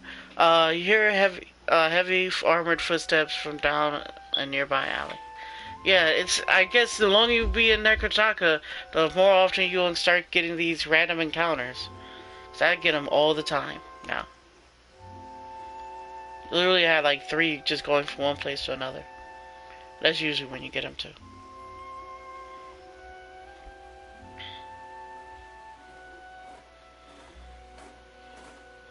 The narrow streets of this neighborhood, largely at night. Da, da, da, da.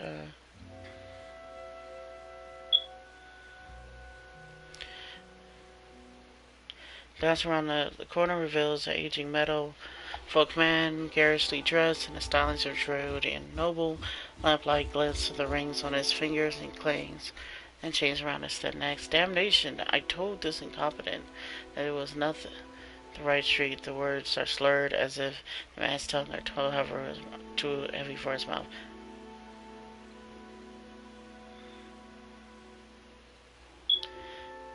As the several men and women, all too heavily armored for climbing, accompany the man. Apologies, master, shall we? Shut up, fool. By Margaret's flame, it is always this hot. I pay $1,000 for another drink. Leave the noble be. I don't care about this guy.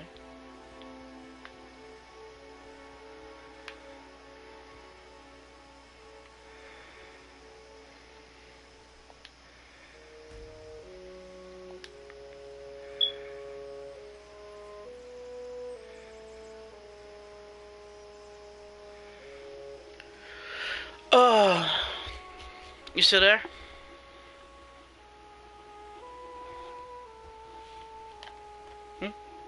Guess he left.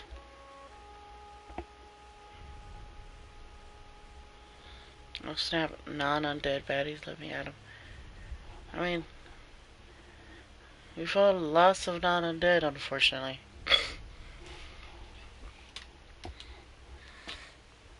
Some people just love to get stabbed. There's nothing I can do about that. Nothing I can do about that.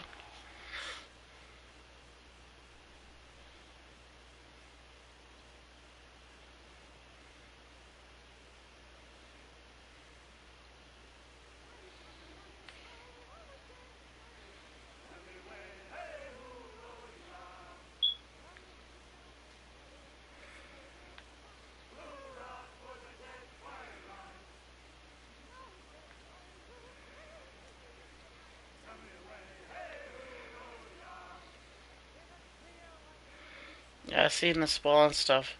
Spawn looks great.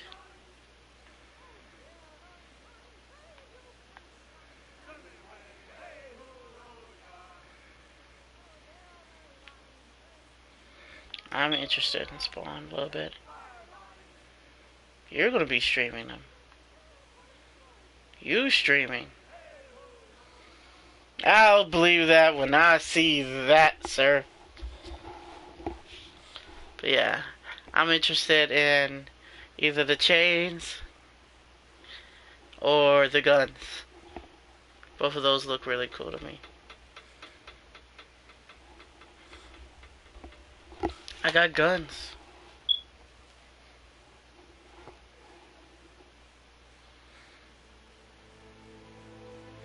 Yeah, I think those are both of the variations I'm interested in. I like the command grab and the fact that he has a low, so you can do overhead low mix-ups. In both of those variations.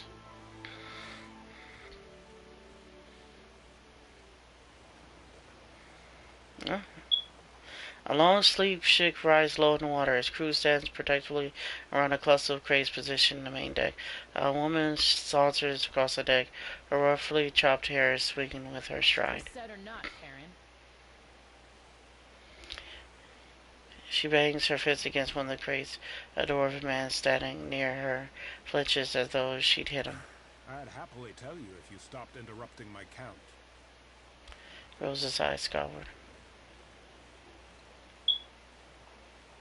Yeah, I'm interested in that nice spicy command grab that doesn't require that funky motion. She cackles and thumps him on the back, staggers forward and shoots her a venomous glare. You've had days to count. Now it's time we talked about the price. She turns her attention to you, his eyes gleaming. Berlin follows her gaze. We've had some complications. The price is doubled. Gives you a crooked grin and watches you carefully.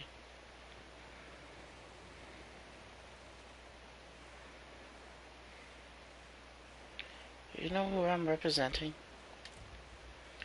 Wilda is a little too fast to respond, almost as if she's trying to stop you from saying more. Cash.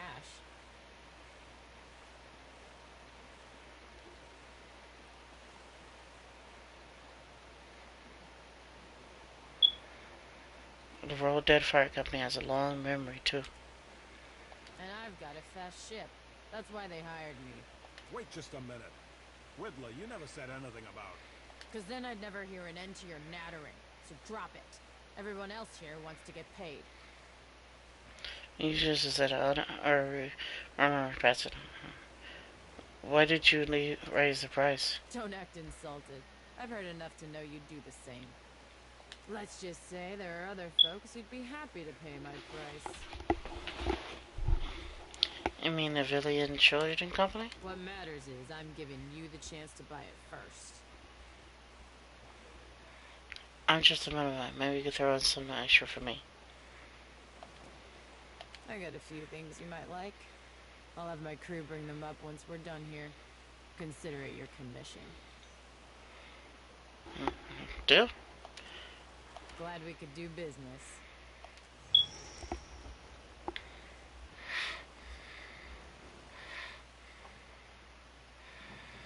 Smugglers unload the crates onto your ship. They also haul a few other boxes out of the hold. Supplies Wilda promised to you. Your new cargo with security react to anger and let out your sails. Now for me it's not. 2,000 copper is not that much. So I took it out. 2,000 copper is also the money I was given to get the guy, so I got that plus some, supplies, so it didn't cost me nothing. Shoot, I sold several of those pieces of armor and weapons for 2,000 copper, so it's not that big of a deal.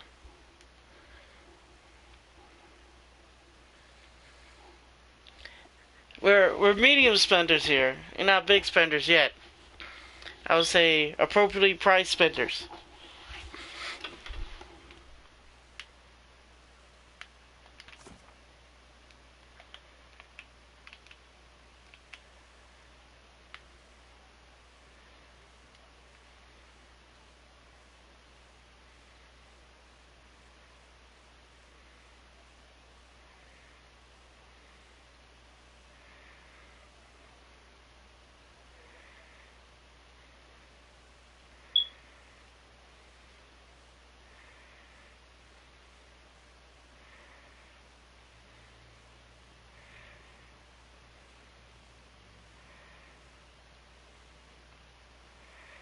So, you see how much I got? I got 58 grand.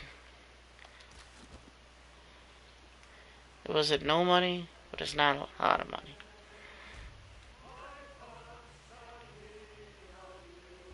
As your crew hauls all the smuggles from all the crates below decks, one of them shouts an alarm.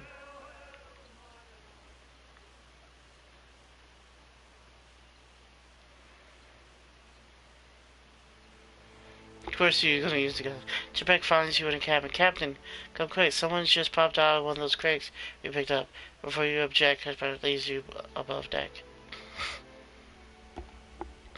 Oh Lord.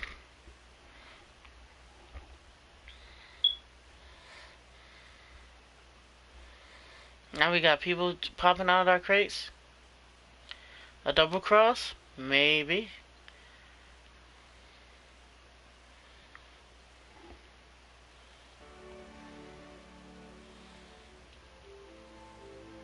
The plot thickens.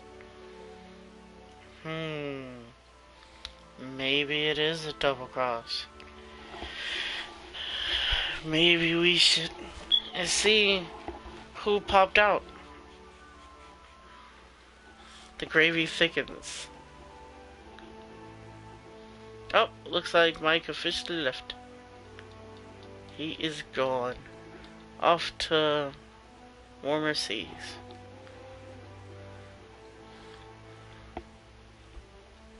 So you couldn't hear him at all, huh? I guess we'd have to get him to turn his thing so he makes it so he can hear it. A plump, middle-aged woman stands beside the crate. Her clothing is rumpled and her hair matted, but her eyes twinkle with triumph. 23 days. This is a new record. She smells of stale urine, old sweat, and worse, but she beams at you all the time.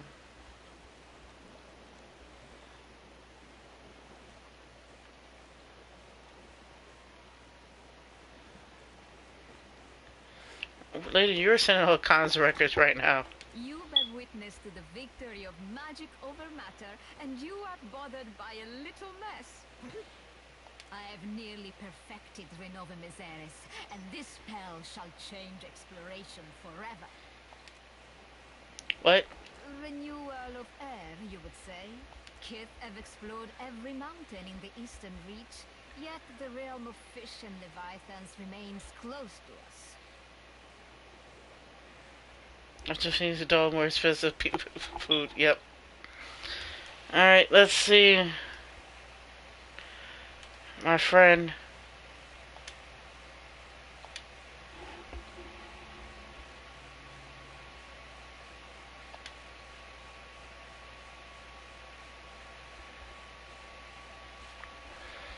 Hello.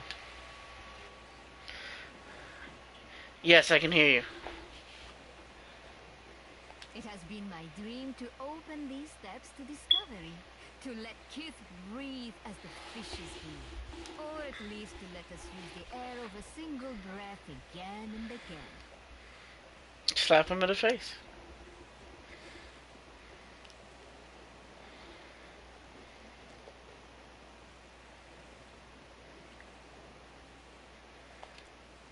Neither do I. At least it gave me plenty of time to test my work.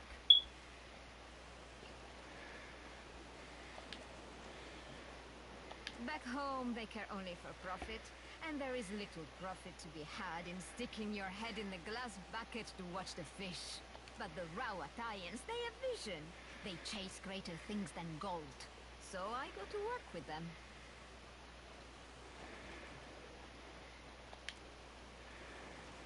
So you do understand.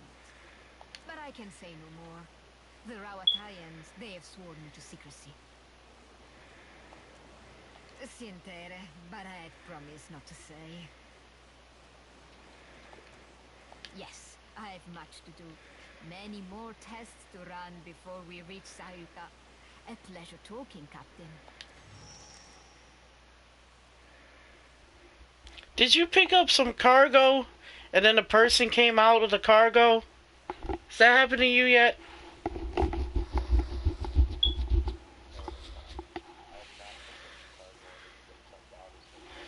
Okay. And then they just joined my crew. Like it was like that was just normal.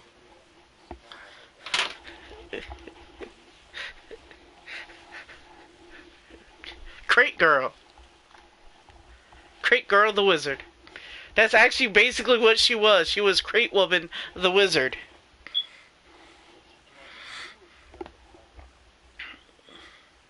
I'm not even quite sure.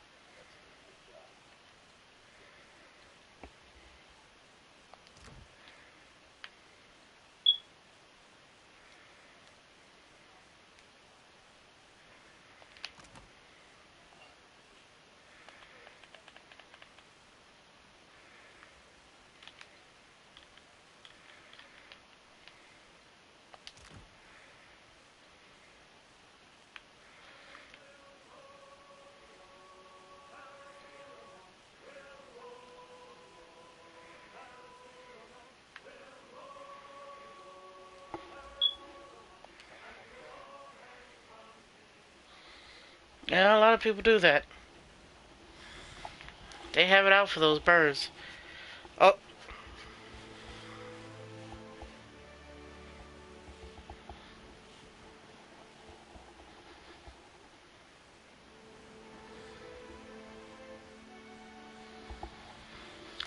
Below points at the ship in the distance. Oh, there's something I have to tell you. If you're gonna be on there, they can't hear you unless you change your sound device settings. So you want to go to sound devices.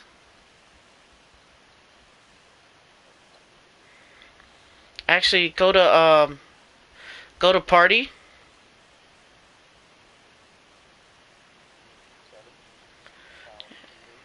Yeah, go to quick menu, right? And then you can go from there to from the party like information.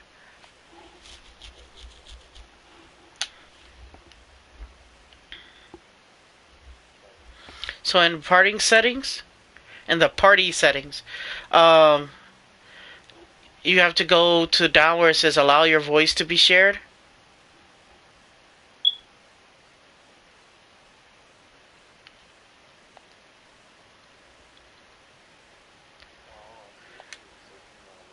Yep. Alright. There it is. Alright. Say a bunch of words. Hello, everyone. Alright. Guys, you got them? Alright. Looks like they can hear you. That's great. There it is. Awesome. That makes sense. Below he posts at the ship the distance. Galleon captain, a 3-master was. I just killed that guy the quest you get for like the guy who attacked your boat at the beginning. Mm-hmm. So you gonna kill that guy? Him. He was a bitch. I bet he was. He was. Like my paladin hit him and he was like almost dead immediately. And I'm like, oh wow. I maybe should have done this earlier. He folded over like a wet $2 bill. Yeah. Oh, Superman on laundry day here. Folding.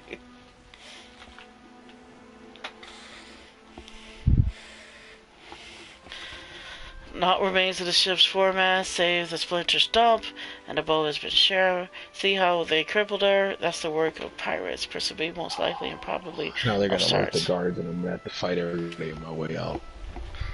Dying a lot. Think of all the experience. Come on now, you the type of person to set to set fire to a city and then ask with the experience points. Yeah. So how many people was that? Okay. Even a two people two experience a commoner. What are we talking about here? Give me a number. Give me a number.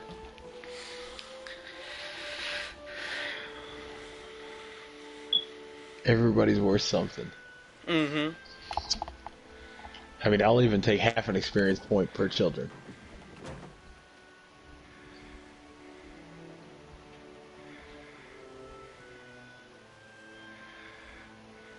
I made the mistake of going to Woodman's today to buy a new bottle of whiskey. Mm-hmm. And the first 3 people I saw walk out of the store had shopping carts full of toilet paper.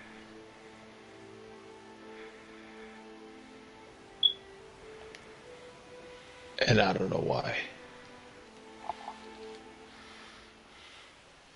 You don't know why? I mean, I understand. I understand the principle of why they're buying them. I just understand the reasoning behind it. I think Mr. Klein is trying to join our party. Now we got everybody trying to join in. Let's see what we got here. Which is funny because it's actually planning on leaving in a minute. Yeah, it's your party. And you do the wise thing of making your party private, like I do. I have it set up like that whenever I just like start one. Invite. No, where the hell is it? Invite players. View suggested players. There it is. Oh no! No! What?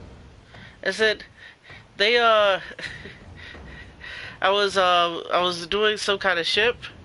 I was like looting some derelict ship out there, and then immediately another pirate ship comes up against me, and it's a galleon, and it's quite strong, and I think the guy's level 14.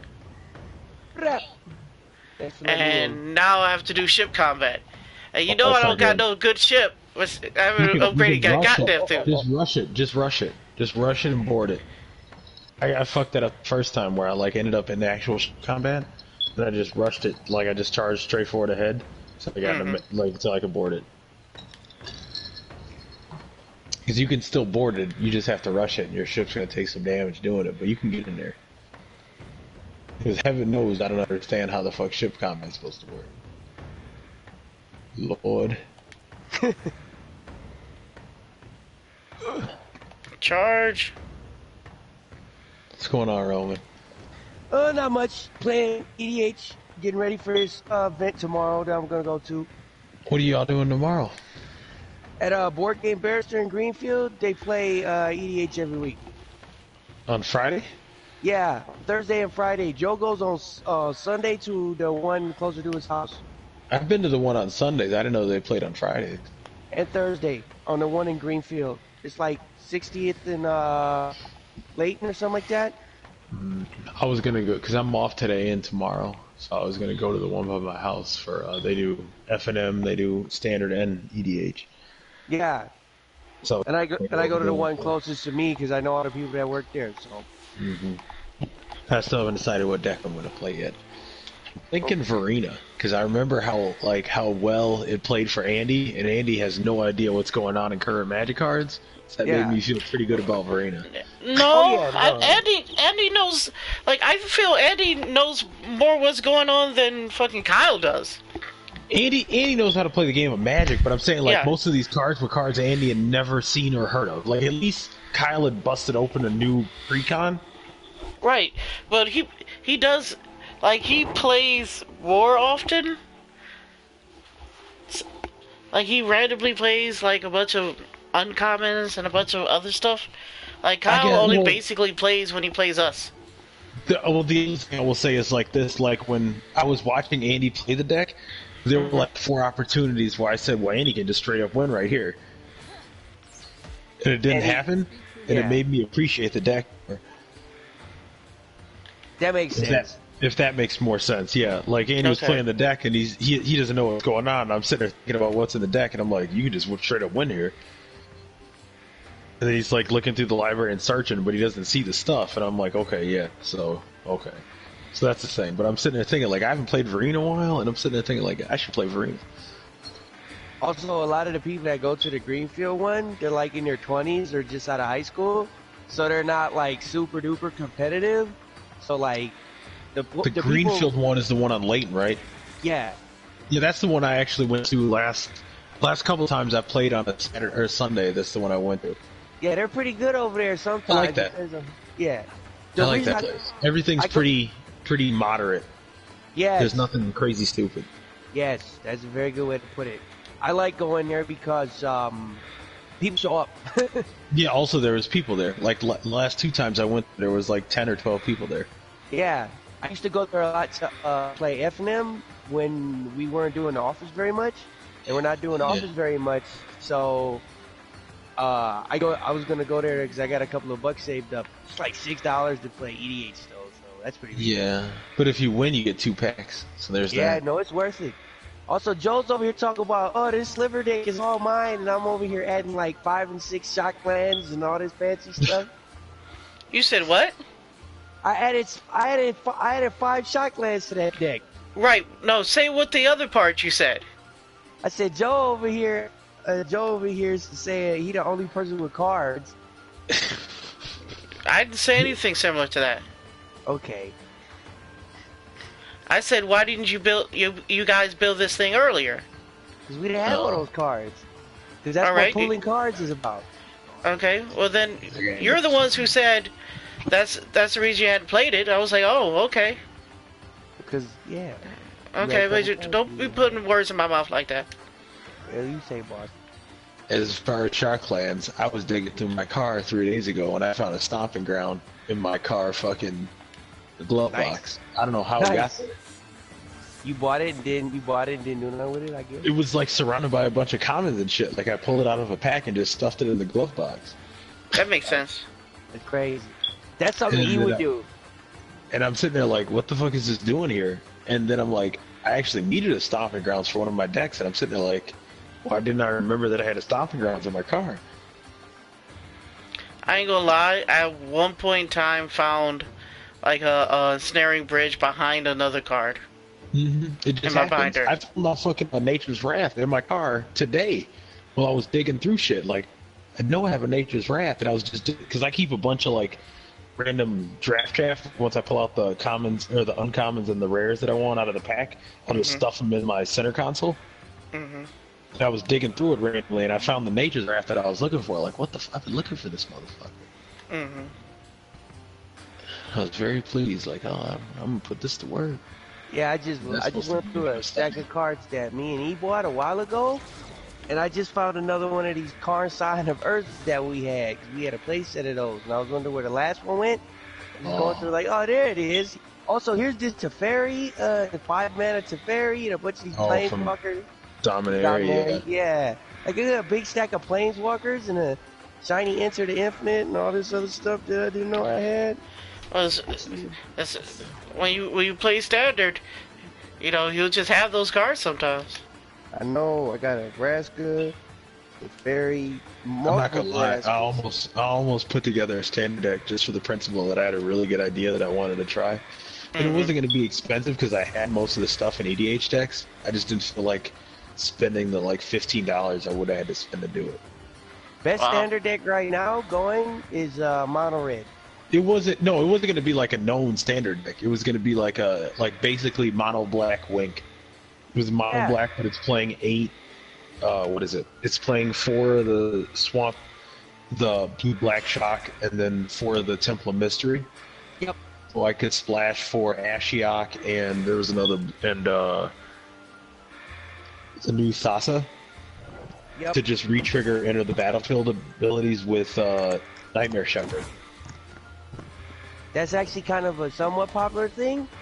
So, but what people are doing with stuff like that is they're adding green to it, so they can play things like Hydrocrasius and Nissa. The No, well, 5 mana Nissa I Nissa. can get, but Hydroid Crassus and there was another thing and Yarok, because Yarok is technically still in standard from M20. Yep. But like Yarok is really good in there, but I'm like, that It is. stretches it pretty thin. And then if you play him with there's a 3 mana another one of those elementals that every time you play elemental you get to draw. Risen Reef. Yeah. Risen Reef. So Yeah, people yeah. play like all of those, and then they just ramp in with the black stuff, and then they ramp into Nissa.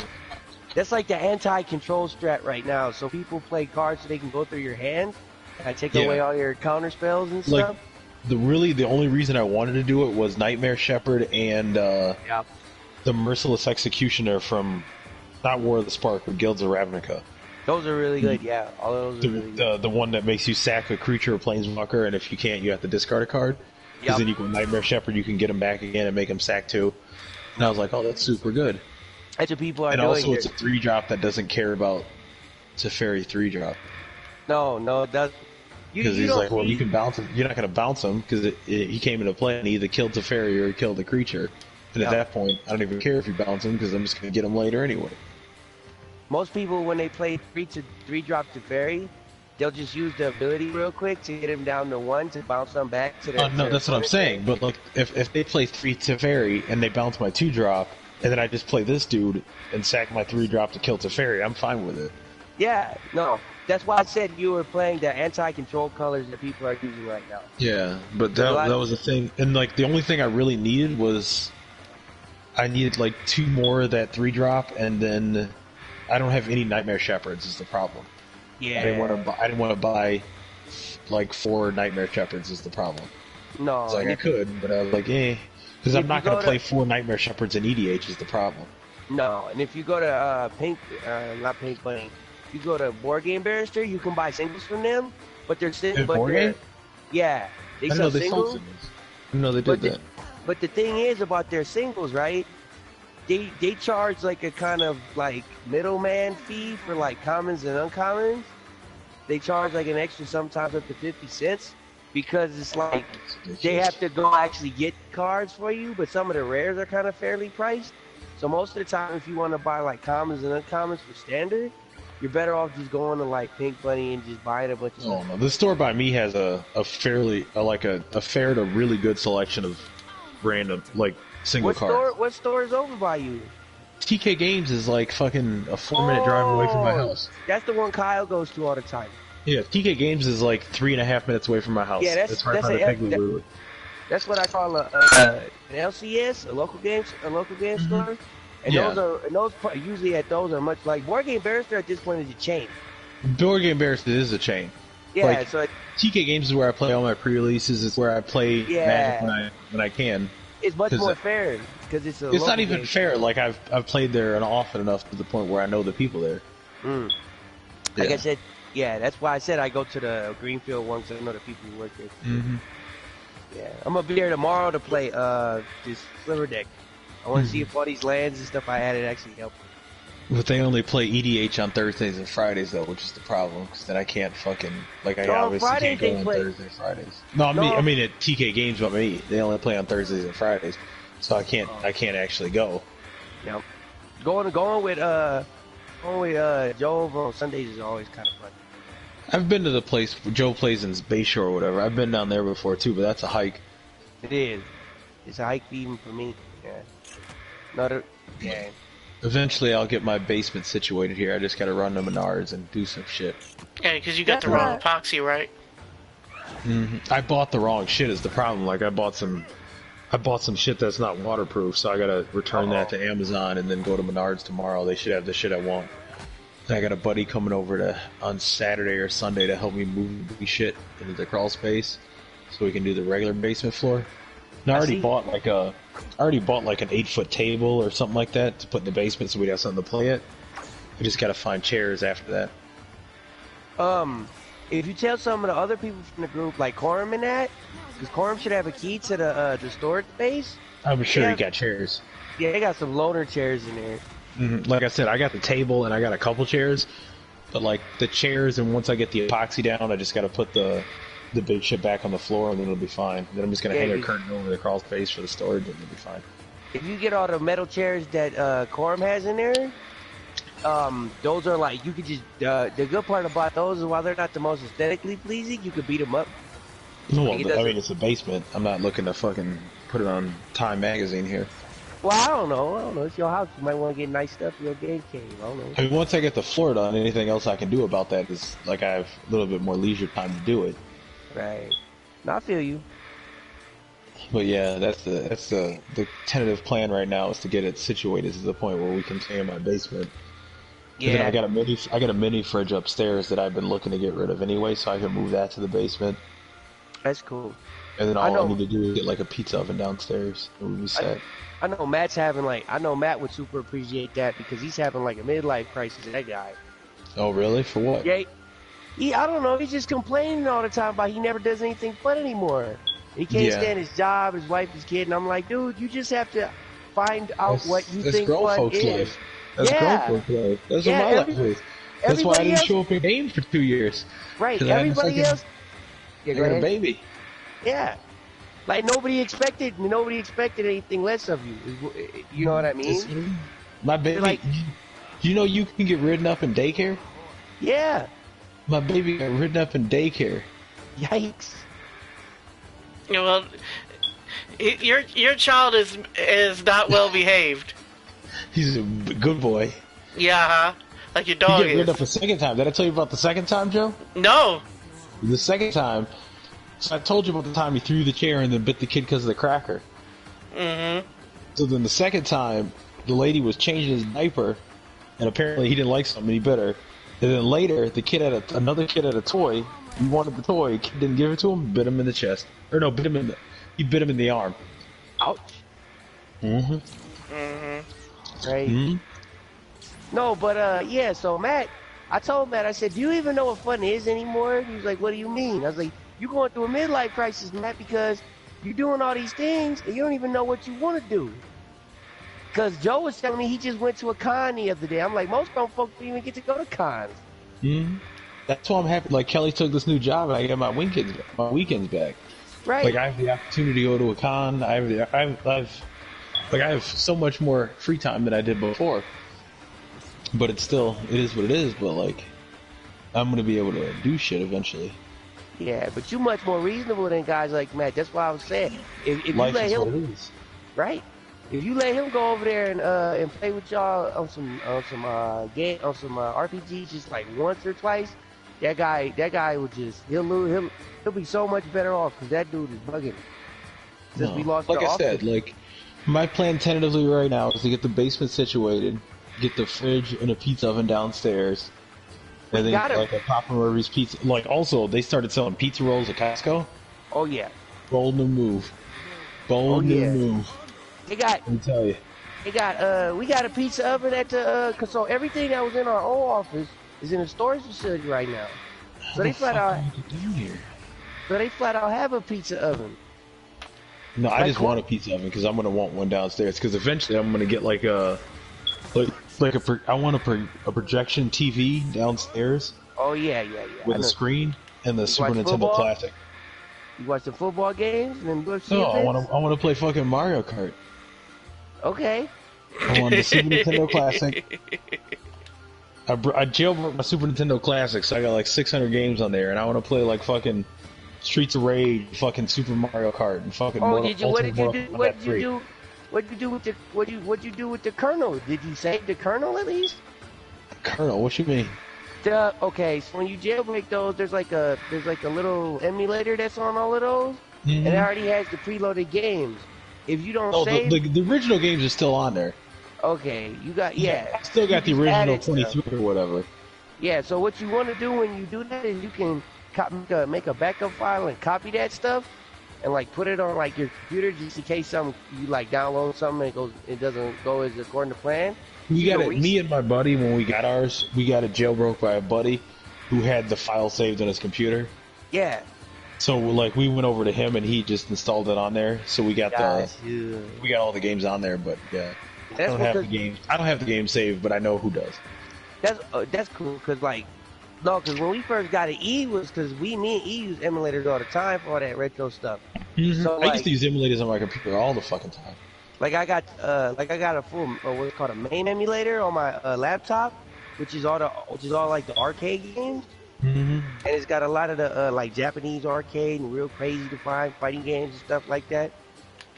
And so I've been using lots of different emulators and all that kind of stuff. So yeah, I just make sure I back up everything because in case something goes wrong, because the files where you get them from is just wherever. So no, but like I just want to be able to play like fucking Ultimate Mortal Kombat 3 or fucking Streets of Rage or fucking Super Mario Kart. Well, I know you see it when you be seeing me on this Mortal Kombat all day. I'm on this new Mortal Kombat. I haven't played the new one. I haven't played a fighting game in a long time. That's actually one of the things I need to do. Fighting game? Between me and Joe, a long time. Between me and Joe, we know everything you could possibly want to ask anybody about fighting games. Well, it's not about I was never good at them. I just like playing them. Yeah, with the little skill you have in video games, period. 5 minutes for me, and you'll be better than most folks. I don't have I've never been good at like the quick reaction time video game type shit. That's a valid. I'm more like spending 5 hours to build my character type shit. Yeah, It's a totally different skill set. Totally different skill set. You think so, but a lot of the mental stuff, as far as judging what's good and what's not, is a lot of the same thing. Like if Let me tell you something. The mental stuff, sure, that may be there, but I played Virtua Fighter, and I can tell you the quick reaction time is a thing. Joseph, can you tell this man what happened with me in Virtua Fighter? You're still way more into it than he is. I will tell you this: I got fucking riggedy wrecked in Virtua Fighter, a lot. No, I'm just saying. Where I thought I knew what was going on, and I did not. Yeah, that's just like I said. Between me and Joe, we can get you straightened out in any fighting game you'd ever want to play. I'm sure if I tried to do it, I'd be good at it. But that's just effort. I don't feel like doing it. All I'm saying is it's not as difficult as it looks. Oh, nothing. Everything's easy if you know what you're doing. Write that down. It's just a bunch of info is all. You know what I'm saying? Like most. Like driving a forklift is difficult to a fucking brain surgeon, and brain surgery is difficult to a fucking freight mover. Right. Everything's easy if you know what you're doing. Yeah, fighting games. A lot of fighting games, believe it or not, is less about execution and more about knowing the nonsense intricacies of how it works. It's about knowing the tempo moves of everybody. You have to know what they're planning on doing and doing stuff. Like, I understand the principles behind it. That's all you need. Well, no, not because I've spent my time fucking playing, building characters. No, there is a bit of Twitch kind of reaction a quick Twitch muscle reaction that you need to have in order to do it. Like you can't sit there and think about these decisions for 5 minutes. No, that shit ain't gonna happen. That became evident in fucking Street Fighter Alpha when tech hits. Oh yeah, I get tech hits. Well, I remember the time I took Joe to the I showed Joe when we used to play the Mexican for money in Street Fighter Alpha at the laundromat. I remember I took Joe out there on 13th Street. Remember that? Mm-hmm. Remember I showed you the spot? Like, I was that kid. I was the kid who used to go to the bodega, to the laundromat, to the thing, and pump quarters in the machine, and sit there and play with the Mexicans and the people that didn't even speak English, and put like a couple of bucks down on the machine and say, we playing for that. So I know all about what you talking about tithing and stuff. I'm just saying. I think if you cared, you could do it. Oh, most assuredly. I will say this, Joe. I will say this. I am not lacking in self-confidence. And that's if there's anything I am not lacking in, it is self-confidence. Trust me. So I'm just giving you the GI Joe thing. You know, knowledge is half the battle. That's it. You ask anybody who knows me, now self-confidence is not one of my lacking points. I tell Joe all the time. I said the it coolest may be one of my faults. I tell Joe about you. I said the coolest thing about you, Mike, is that you clever to a fault. Mm-hmm. And that's why folks can and can't stand you. Almost assuredly. I love watching you work sometimes. I just let you know. Problem is, I'd be scared. So you can't let You can't let Mike outthink himself. Almost assuredly, that shit happens all the time. World Yeah. purge. Yep. That's all you need to know. World purge. Mike, I generate infinite mana and I wipe your board. All right, world purge. What? World purge. Mike, You win? Absolutely Mike not. sometimes gets too clever. Absolutely not. I Pass. said, Did like you I just world said, purge pass? Yes. I scoop. I used to, Joe, how many times back in the day we was playing green and white, we was trying to make that deck work. I play Armageddon and pass. Armageddon and pass is different. Like It if is. you world purge pass, like that's just complete, like just So- negligence. Like you so- don't even have a plan. So the thing about World Purge is it may have been a while since you've actually read World Purge. The problem with World Purge is you don't have a hand left. Or No, mana. You don't. No. It's just I'm gone. aware. I'm You aware. just blank the board, start over. Start over. Yeah. That's how I was never as lucky as to have any of those, but Armageddon was as close as I ever got. Or what was the card we used to force in every EDH deck? What was it? Warp World? Yeah, Warp World makes would be the same sense. thing. It does, Yeah. but I'm just saying, that was always our mentality about it. If all else fails, just play Warp World. Look at everybody funny. World purge pass. I'm Yep. done. I don't We're want to do done. this anymore. That's We're right, done. you don't. I quit. Clever to a Tag, fault. you're it. I death. quit.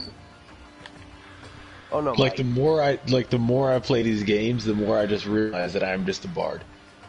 Oh yeah. Almost assuredly. And the same I was telling Corum, he's like, Corum, you're like what's his name? You're an urban ranger, and I'm like, no, I'm a rogue. He's like, what's the difference? I think the difference between rogue and ranger is sometimes a ranger has like a moral code, and I don't have any scruples. Like I realize I'm most assuredly a bard to the point where I'll talk to somebody for an undetermined amount of time, regardless of the topic, and Oh, don't yeah. even care, and Oh, just yeah. carry on, just do it, because I can't. yeah. No, I'm with you.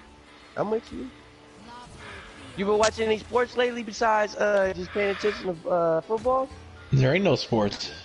No, you're not a basketball fan? Sports There is no canceled. basketball. Sports is canceled. Sports is Okay, canceled. yes, you're right. Sports There is is no canceled. basketball. The plague got all those Sports cats. is The plague canceled. got all those cats. They canceled Yeah, sport. they did cancel sport. They canceled e-sport as well as sport. Like They video canceled game events sport. got canceled. They canceled sport. Right. All my buddies are all pissed because like even I have off next Thursday to watch the first round of the first games of March Madness, Right. and all my buddies are pissed. Like, what the fuck? I can't Yeah. believe they did this. This is ridiculous. And I'm I sitting was there looking thinking forward like, to that too. and I'm sitting there thinking like, this is what happens when you let like people over 50 run the country, and there's a disease that runs rampant that's very deadly to them.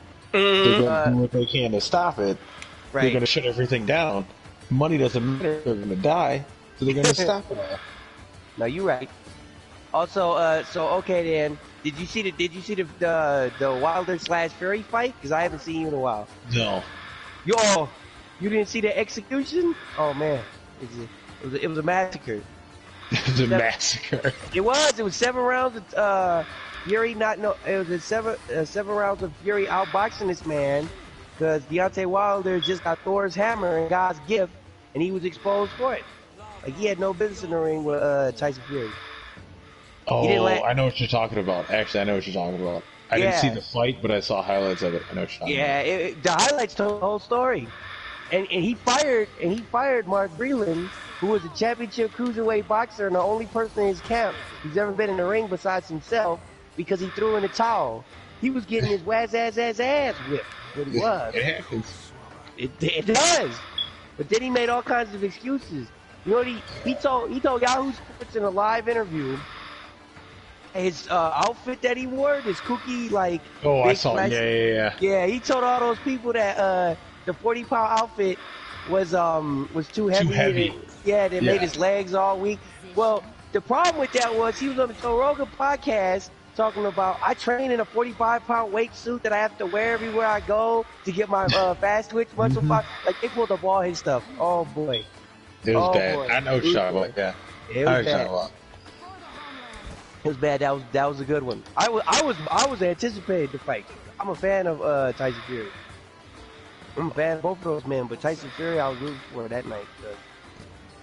He had all those belts before, but no. Now the reason I tell you this is because I know you're a fan, Mike, of Floyd Mayweather Jr. And Floyd Mayweather Jr. has come out in the news and said because they are having a third fight because it was contracted for them to have a third fight no matter what. Mm-hmm. He said that he might train Deontay Wilder whatever knowledge he can impart on this man before that time, so that he can get his third shot at or his rematch at getting his belts back. Do you think Floyd Mayweather Jr. will be able to help that man? Floyd Mayweather is like, I don't even know how to describe it, but like he's a savant. I'm not even gonna say a savant, but like you don't stay. He's developed a tactic in a specific sport that not necessarily can't be exploited, but it's super difficult to be exposed. Right. To the point where, like, I'm not going to say he's good at what he does, but he's just damn good at what he does. Like, his defense is impregnable. He can't be hit. That's what I'm saying. Like, the man he mastered his craft of defense in boxing. That's what it is. Because like he knows unless he's boxing like Tyson, nobody's gonna fucking catch him with one and knock him out. No, nobody at his weight class. So that's not gonna happen. And when you take that out of the equation, it lets you completely change how you think about boxing. When you're not worried about getting one-shotted, it changes everything. Because I believe, if I'm correct, he never wrestled a heavyweight, and heavyweights are usually the only people who fight with the intent to knock you out with one punch. Well, this is true, but like I'm saying, like if you're not boxing super strong, like I hit him with my fucking hook and I knocked him out. That's what I'm saying. It doesn't matter. That's what I'm saying. Most of the people in his weight class was never like that. So that was all he did. Everybody's quick jab, work the body, quick jab. Yeah, like box. That shit doesn't work. No, you can't do that to Floyd. He's unboxed. You can't box him. Nobody can. You can't box him like that. You could. I still stand by the fact that I think you could street fight Floyd Mayweather, but you can't box him. Well, Conor McGregor tried that and it didn't work. Conor McGregor tried to box Floyd Mayweather. That's the problem. I guess. I mean, I don't know anybody else would. Well, Conor McGregor for MMA is more of a street fighter. He's a kickboxer, technically. That's what I'm saying, but like... He's about as street as I think you could find somebody for Floyd, to be honest. But I'm saying, like, not even... No, like... So that comes back I'm not going to say you have to be super aggressive, because you have to be... Like, if you're super aggressive, you're just going to tie yourself up and lose in the 5th round. But you have to, like, be... Smart. Like, tactically aggressive. Yeah, like, and that's like, how... That person doesn't exist right now. That's how Tyson Fury beat Deontay Wilder, because Deontay Wilder doesn't know how to, like, the fundamentals of boxing to the point where he can use that power punches that he has while he's backing up. And he doesn't know how to fight going backwards. So what he did was he rushed him, and then Deontay Wilder had to keep backing up. He was backing him up. And he was just getting beat up because he couldn't set his feet to throw the horse hammer, the eraser. He can't throw the haymaker. No, he can't, because he's getting backed up and he's getting boxed. So that's why... like, for example, like NFL example. Derrick Henry has been touched by the hand of God twice. Yeah. There's no need to be that big and that fast. No. There's no absolute need. There's no evolutionary need to be that big and that fast. No. No, there is not. The point is, Derrick Henry also can't... I'm not going to say he can't see, but he's not really... his feet aren't quick. No. But it is what it is, and you just accept it. He's talented. He's a fucking horse. He is. You can't expect a fucking safety to tackle a horse in the open field. Him and Saquon Barkley just human horses. Saquon Barkley got touched by the hand of God 3 times. I just call that man... Barkley actually knows what he's doing. I call him Saquon Barkley because them quads are... His legs are as big as my fucking ottoman. I swear, like, this dude... This man, I'm telling you, this man is 18s in every stat, and that includes charisma. Saquon Barkley is a paragon of humanity. Saquon Barkley is the closest thing to a paladin I've seen in quite some time. Yes, like the old school, like First edition paladin. Like first edition paladin. Like Where it this doesn't dude really could've- happen. He probably is psionic. I'm not gonna lie. This dude You could have ask did him to whatever he levitate the wanted. pencil, he could probably do it. This guy could have done whatever he wanted in life. He chose football for obvious reasons. I mean, not even necessarily obvious reasons. He just chose it. But I'm saying, like Yeah. Saquon Barkley, he could do whatever he wanted. He He chose football. Not what I would have chose, but that's fine. He chose football. The only sad part about him is he's stuck on that team. He's stuck on the He's Giants. stuck on the Giants, but teams change. Like by the time I hope so. Saquon's what 23, 22. By the time he's 27, that team will be completely different. I hope He'll so. still be in like close to prime shape. And that team, if the management is proper, could be in position to make a fucking run. He could. Well, the thing is, I don't want him to end up like a Jerome Bettis or or someone like that where they only got that one last hurrah. I think that man deserves better than that. Well, we'll see. We'll see what that organization does with him, because he could. The thing is, though, like, I would like to think the Giants are smarter than that, but I know they're not. Yeah, it's hard to say. I mean, they kept Eli in for so long, despite how he was playing. Yeah, I mean it is what it is. But It's like not- Saquon, things are Like a like team. athletes are so much better than they used to be. It's so true. difficult Make to it compare. stronger, faster. That's why I asked it- you about. That's why I asked you about Floyd Mayweather. If Floyd Mayweather trains that man, do you think in 6 months he could teach him enough about the defensive art of boxing so that he would have a chance at winning that his title back and it not being on one side of the fair like it was last time? You think he could do it? Think he could teach as well as he performed? I don't know how well of a receptive teacher he is, or like a receptive student. That's a 'Cause that's what question. it boils down to. It Because does. obviously Floyd Mayweather knows everything about the defensive art of boxing. It's true. He is a boxer's boxer. He knows everything about the defensive art of boxing. He does. Whether or not he's able to like receive it is a completely different subject. It is. But we're talking about like the equivalent of Michael Jordan sitting somebody down who's It's already like the best who's already teacher won doesn't a matter belt. if the student is shit. It's true. It's true. It's true. The best teacher don't matter if the student is shit. So you would say then in that case you would say no. You would lean more on the side of no. Like here's the point: if he's a terrible student, right? If he's a bad student and doesn't pay attention and does shit, doesn't matter who his teacher is. Well, then no, I'm not gonna say that, but I'm saying like I would rather have like a Tyson teacher and teach him a single trick. Gotcha. Because like learning the defensive art of boxing is a complete different scheme. That's a lifestyle. You have to live that way. It's a lifestyle. Yeah. But like with Tyson, even if he doesn't teach you everything, he could teach you one thing. It's true. And if he can teach you, is like, hey, just watch for this, and when you see it, you just fucking hammer. I think that's what Floyd Mayweather would do if he tried to teach him anything. Though he would teach him Floyd like Mayweather doesn't box like that. Floyd Mayweather's like defensive style is completely based on like timing and like tempo. But Like that's what Floyd I'm saying. Mayweather. He Floyd would teach him like Mayweather head movement or is something, like you know, like one secretly- defensive tactic. Floyd Mayweather is secretly Teferi. That man does have all the time he wants. I mean, Like, it seems he is a man completely amongst ridiculous. boys. He is a man amongst boys. Floyd He's a man amongst boys. Mayweather is secretly Teferi. He's a super tempo mage, and He all he is. does is just bite out time. He does. He just you can't touch him. He stretches it out, he shrinks it, regardless of what's going on. But Floyd Mayweather is secretly Teferi. You know, I'm not going to say it out loud, but that's what it is. that guy. So in Saudi Arabia, right? The Saudi prince who likes boxing now, right? Because they're having all these boxing matches and stuff. That guy Khabib Nurmagomedov, who is a 20 plus and old MMA fighter and a champion, said that they offered him a bunch of money to have a boxing match with Floyd Mayweather. But he couldn't do it because he's contracted to the UFC.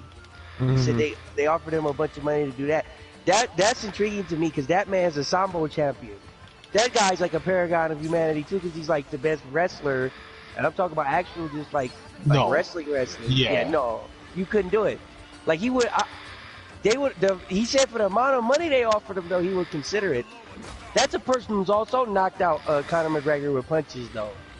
So he like beat. It's true. Like once you get outside the I'll be right back, but I gotta fill my glass up with whiskey. Gotcha. Okay. I'm sorry, Joseph. We're like talking about nonsense, but I haven't talked with Mike in a while. Okay. I'm sorry. I'm talking about all kinds of topics that are outside of the scope of what's going on. Mm-hmm. But you over here like bodying these pirates. You out here looking like Ramirez de Pietro and shit. I was let you know this has been a very tough fight. Yeah. It's over now. Or it's pretty much know. over. This is It's like a surgery. There's tense moments, but you just got to close out. It's all good. You got this, Joe. Also, do you know who Ramirez de Pietro is? no clue. That's one of the old Magic cards. Like there's in Magic the Gathering there was a set called like Legends, and Okay. and there were like pirates, right? It was like well no, it wasn't Legends. It was one of the sets they first introduced pirates as a creature type, right? Mm. Alright. And Ramirez de Pietro was like a legendary pirate that didn't have any abilities. He was just like a blue and black card that was a pirate that had like the stats. He was like a 3/4 or something like that. Mm-hmm. I was making that reference because I thought you knew who that was, but he's like a legendary pirate. You see, He's like, Joe, I haven't heard your statements in a while. Joe, you still there? yeah, No. he's focused on whipping these pirates. I'm whipping pirates too, actually. Not thinking about it. No, damn it! Accidentally fucking double fucking frenzied. No. Joe was having problems with skipping his turn on accident. Like, Yeah, dang, that happens all the time. You ever hit triangle by accident? Yup. Mm-hmm. oh man, Mm-hmm. oh man, Mm-hmm. oh man. I'm still trying to get to the max level in Borderlands. What? You still ain't what? The max level in Borderlands. No, Lord? I'm too busy playing this Mortal Kombat. Fighting Oh, I games is my suppose. fighting games is my thing. No, that makes sense. Yeah, I've been playing too much Mortal Kombat. Yeah. Every time you see me on at those wacky hours, you look like when you're on at like late nights or whatever, you look, oh damn, Mormon's still playing Mortal Kombat. So I be online trying to get these ranks. They got like league ranks and stuff. I gotta get them all. Like, usually I get home at fucking 1 to 2 and just jump on, play fucking Pillars or whatever RPG I'm playing at the time, and then I play till I go to bed. Yep. And then you look, you say, oh, Roman's still playing Mortal Kombat. I know Joe be telling me all the time, I see what you play, Roman. You're on Mortal Kombat all the damn time. Like, I will say this, like, I've played new fighting games, and they're good.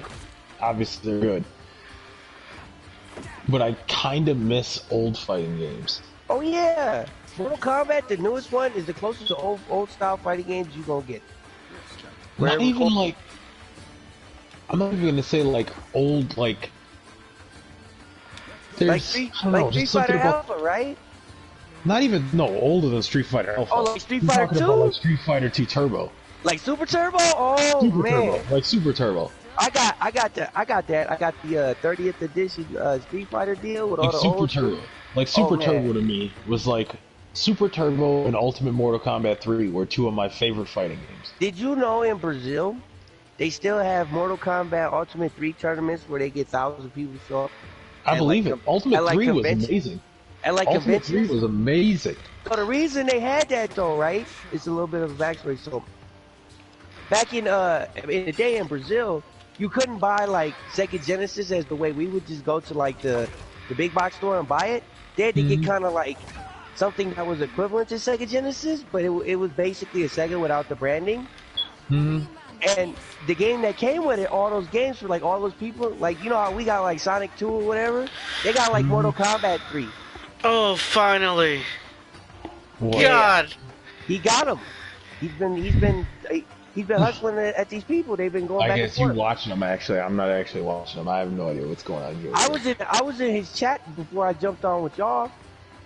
Yeah, I was fighting this guy. I was basically fighting these guys for basically an hour. That combat took. Yeah, the whole You time need to we've been. get some fucking druid in your party, Joe. You need I to get do. some Got one. druid in your And Well, also, got it that doesn't. fish through it. You have to understand, the guy was 4 levels higher than me. I had twice the manpower. That fight was not going faster.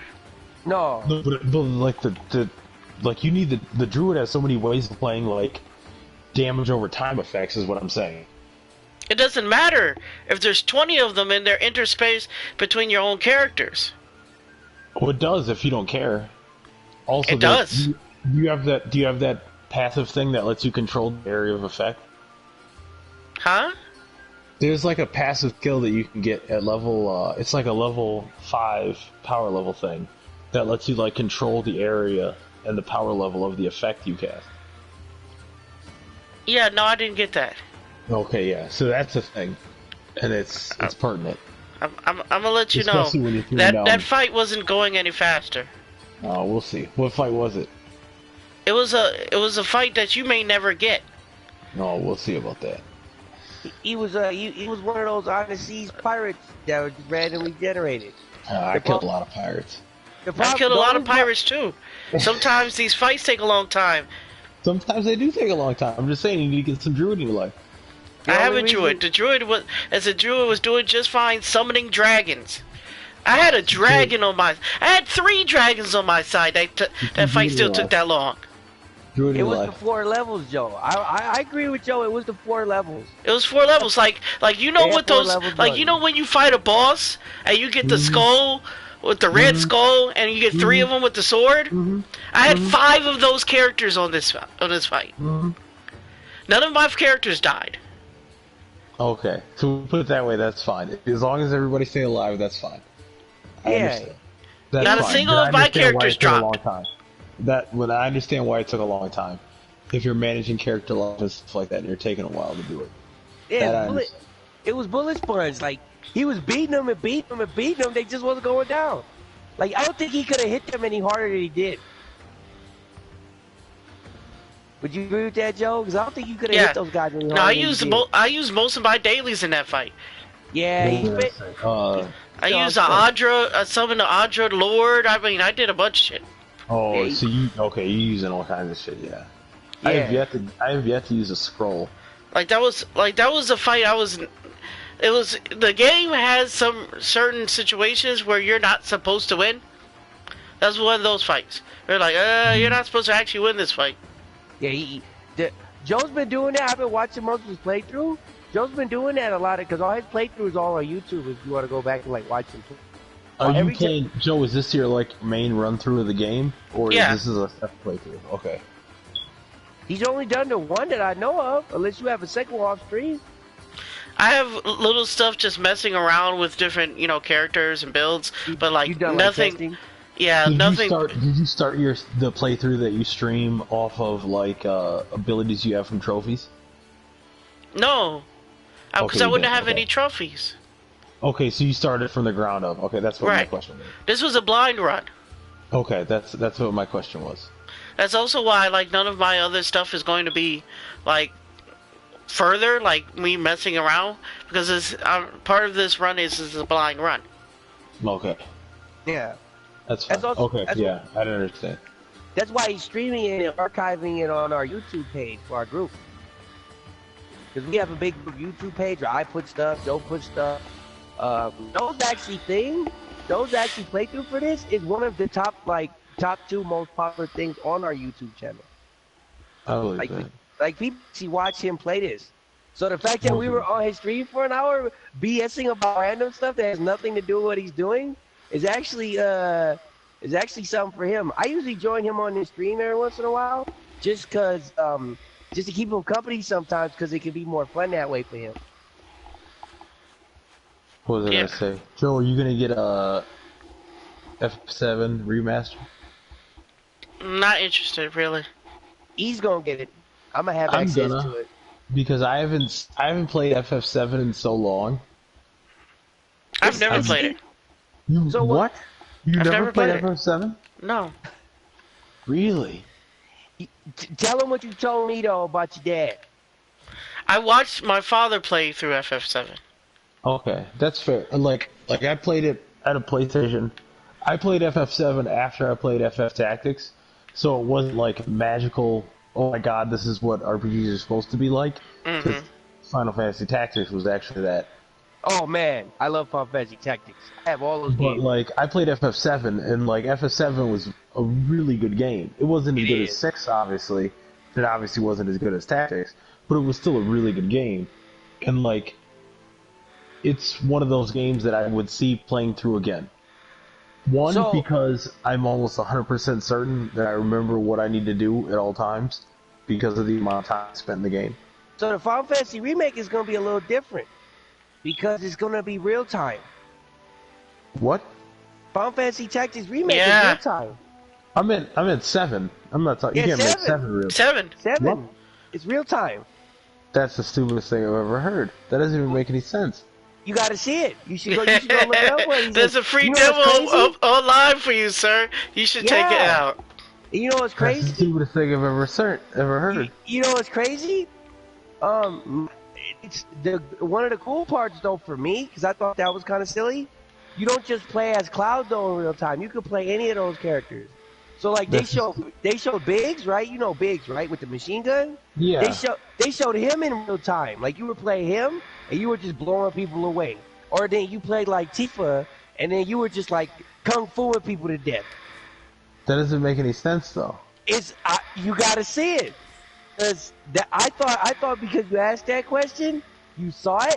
But when you say I know what to do at all times, now I know why you would say that. Because Final Fantasy VII is one of those games. Once you play it enough, you kind of can do it backwards and blindfolded. But yeah, it's the new stuff. It's damn near a new game. It's damn near a new game. That's the worst decision they could have possibly made. Well, but see the thing. A lot of people really like it. They're all over it. That's the They people are are stupid. all over it. Yeah, you could say that. You could say that. I think a lot of people have very different views on it than you. So my question for you. Oh no.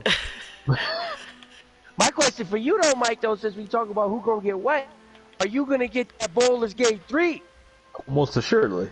Yeah, that's something that all three of us on this stream right now can safely I've been say. playing D&D since I was fucking 10. There's no reason I'm not gonna get Baldur's Gate 3. That shit. But did you see the demo of the game at least?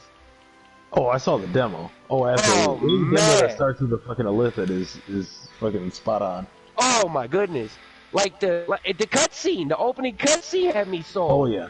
Plus, it's the same people who make Divinity Original Sin, so I was like, forget, I'm sold.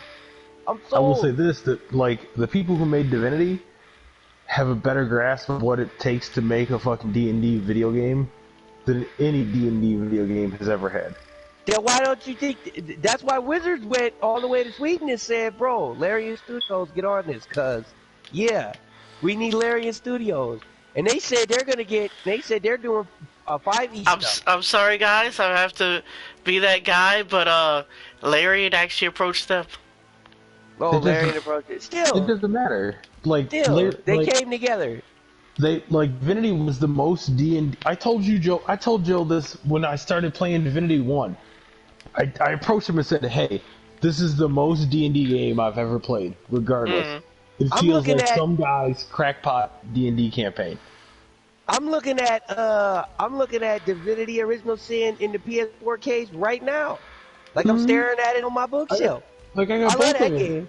And that's what I told him. It was like, hey, the game is like, it's not like a D&D game like you would buy on the shelf, like a pre-made adventure. It's like you would go to your friend's house, and this is the crackpot shit he came up with in his back room. Oh, and it's the game he came up with, where you can talk to cows, and the cows is like, hey, I got a quest for you. You're like, why does this cow have a quest for you? Because you talked to him about it. One of my favorite things in the original Sin, the first game, was that you could solve the entire murder mystery if you could talk to the dog. Mm-hmm. You could talk to the dog just tells you who did it. He just tells you who did it. It was her. Oh yeah, she did. I seen her do it. Give me the give me her scarf, and I'll go sniff her out for you. Exactly where she's at. Mm-hmm. The dog knows exactly what happened. Exactly what happened. This is one of the greatest parts of the whole thing. I still play the first one just for like every once in a while for fun. The second one's obviously a better game, and there's The second one is more tactically sound. Yeah, there's much But more to do. Yeah, but the games themselves are like as far as D&D games go, the storyline and just the ridiculousness of it is the most D&D game you can imagine. Obviously, the fucking game mechanics of it, not so much. Right. But storyline wise, it's just a ridiculous D&D game. Oh yeah, you could run that as an actual campaign, just the Almost storyline of it. And no one would blink. No one would blink. They're like, yeah, this checks out. This checks out. Even the final boss makes sense.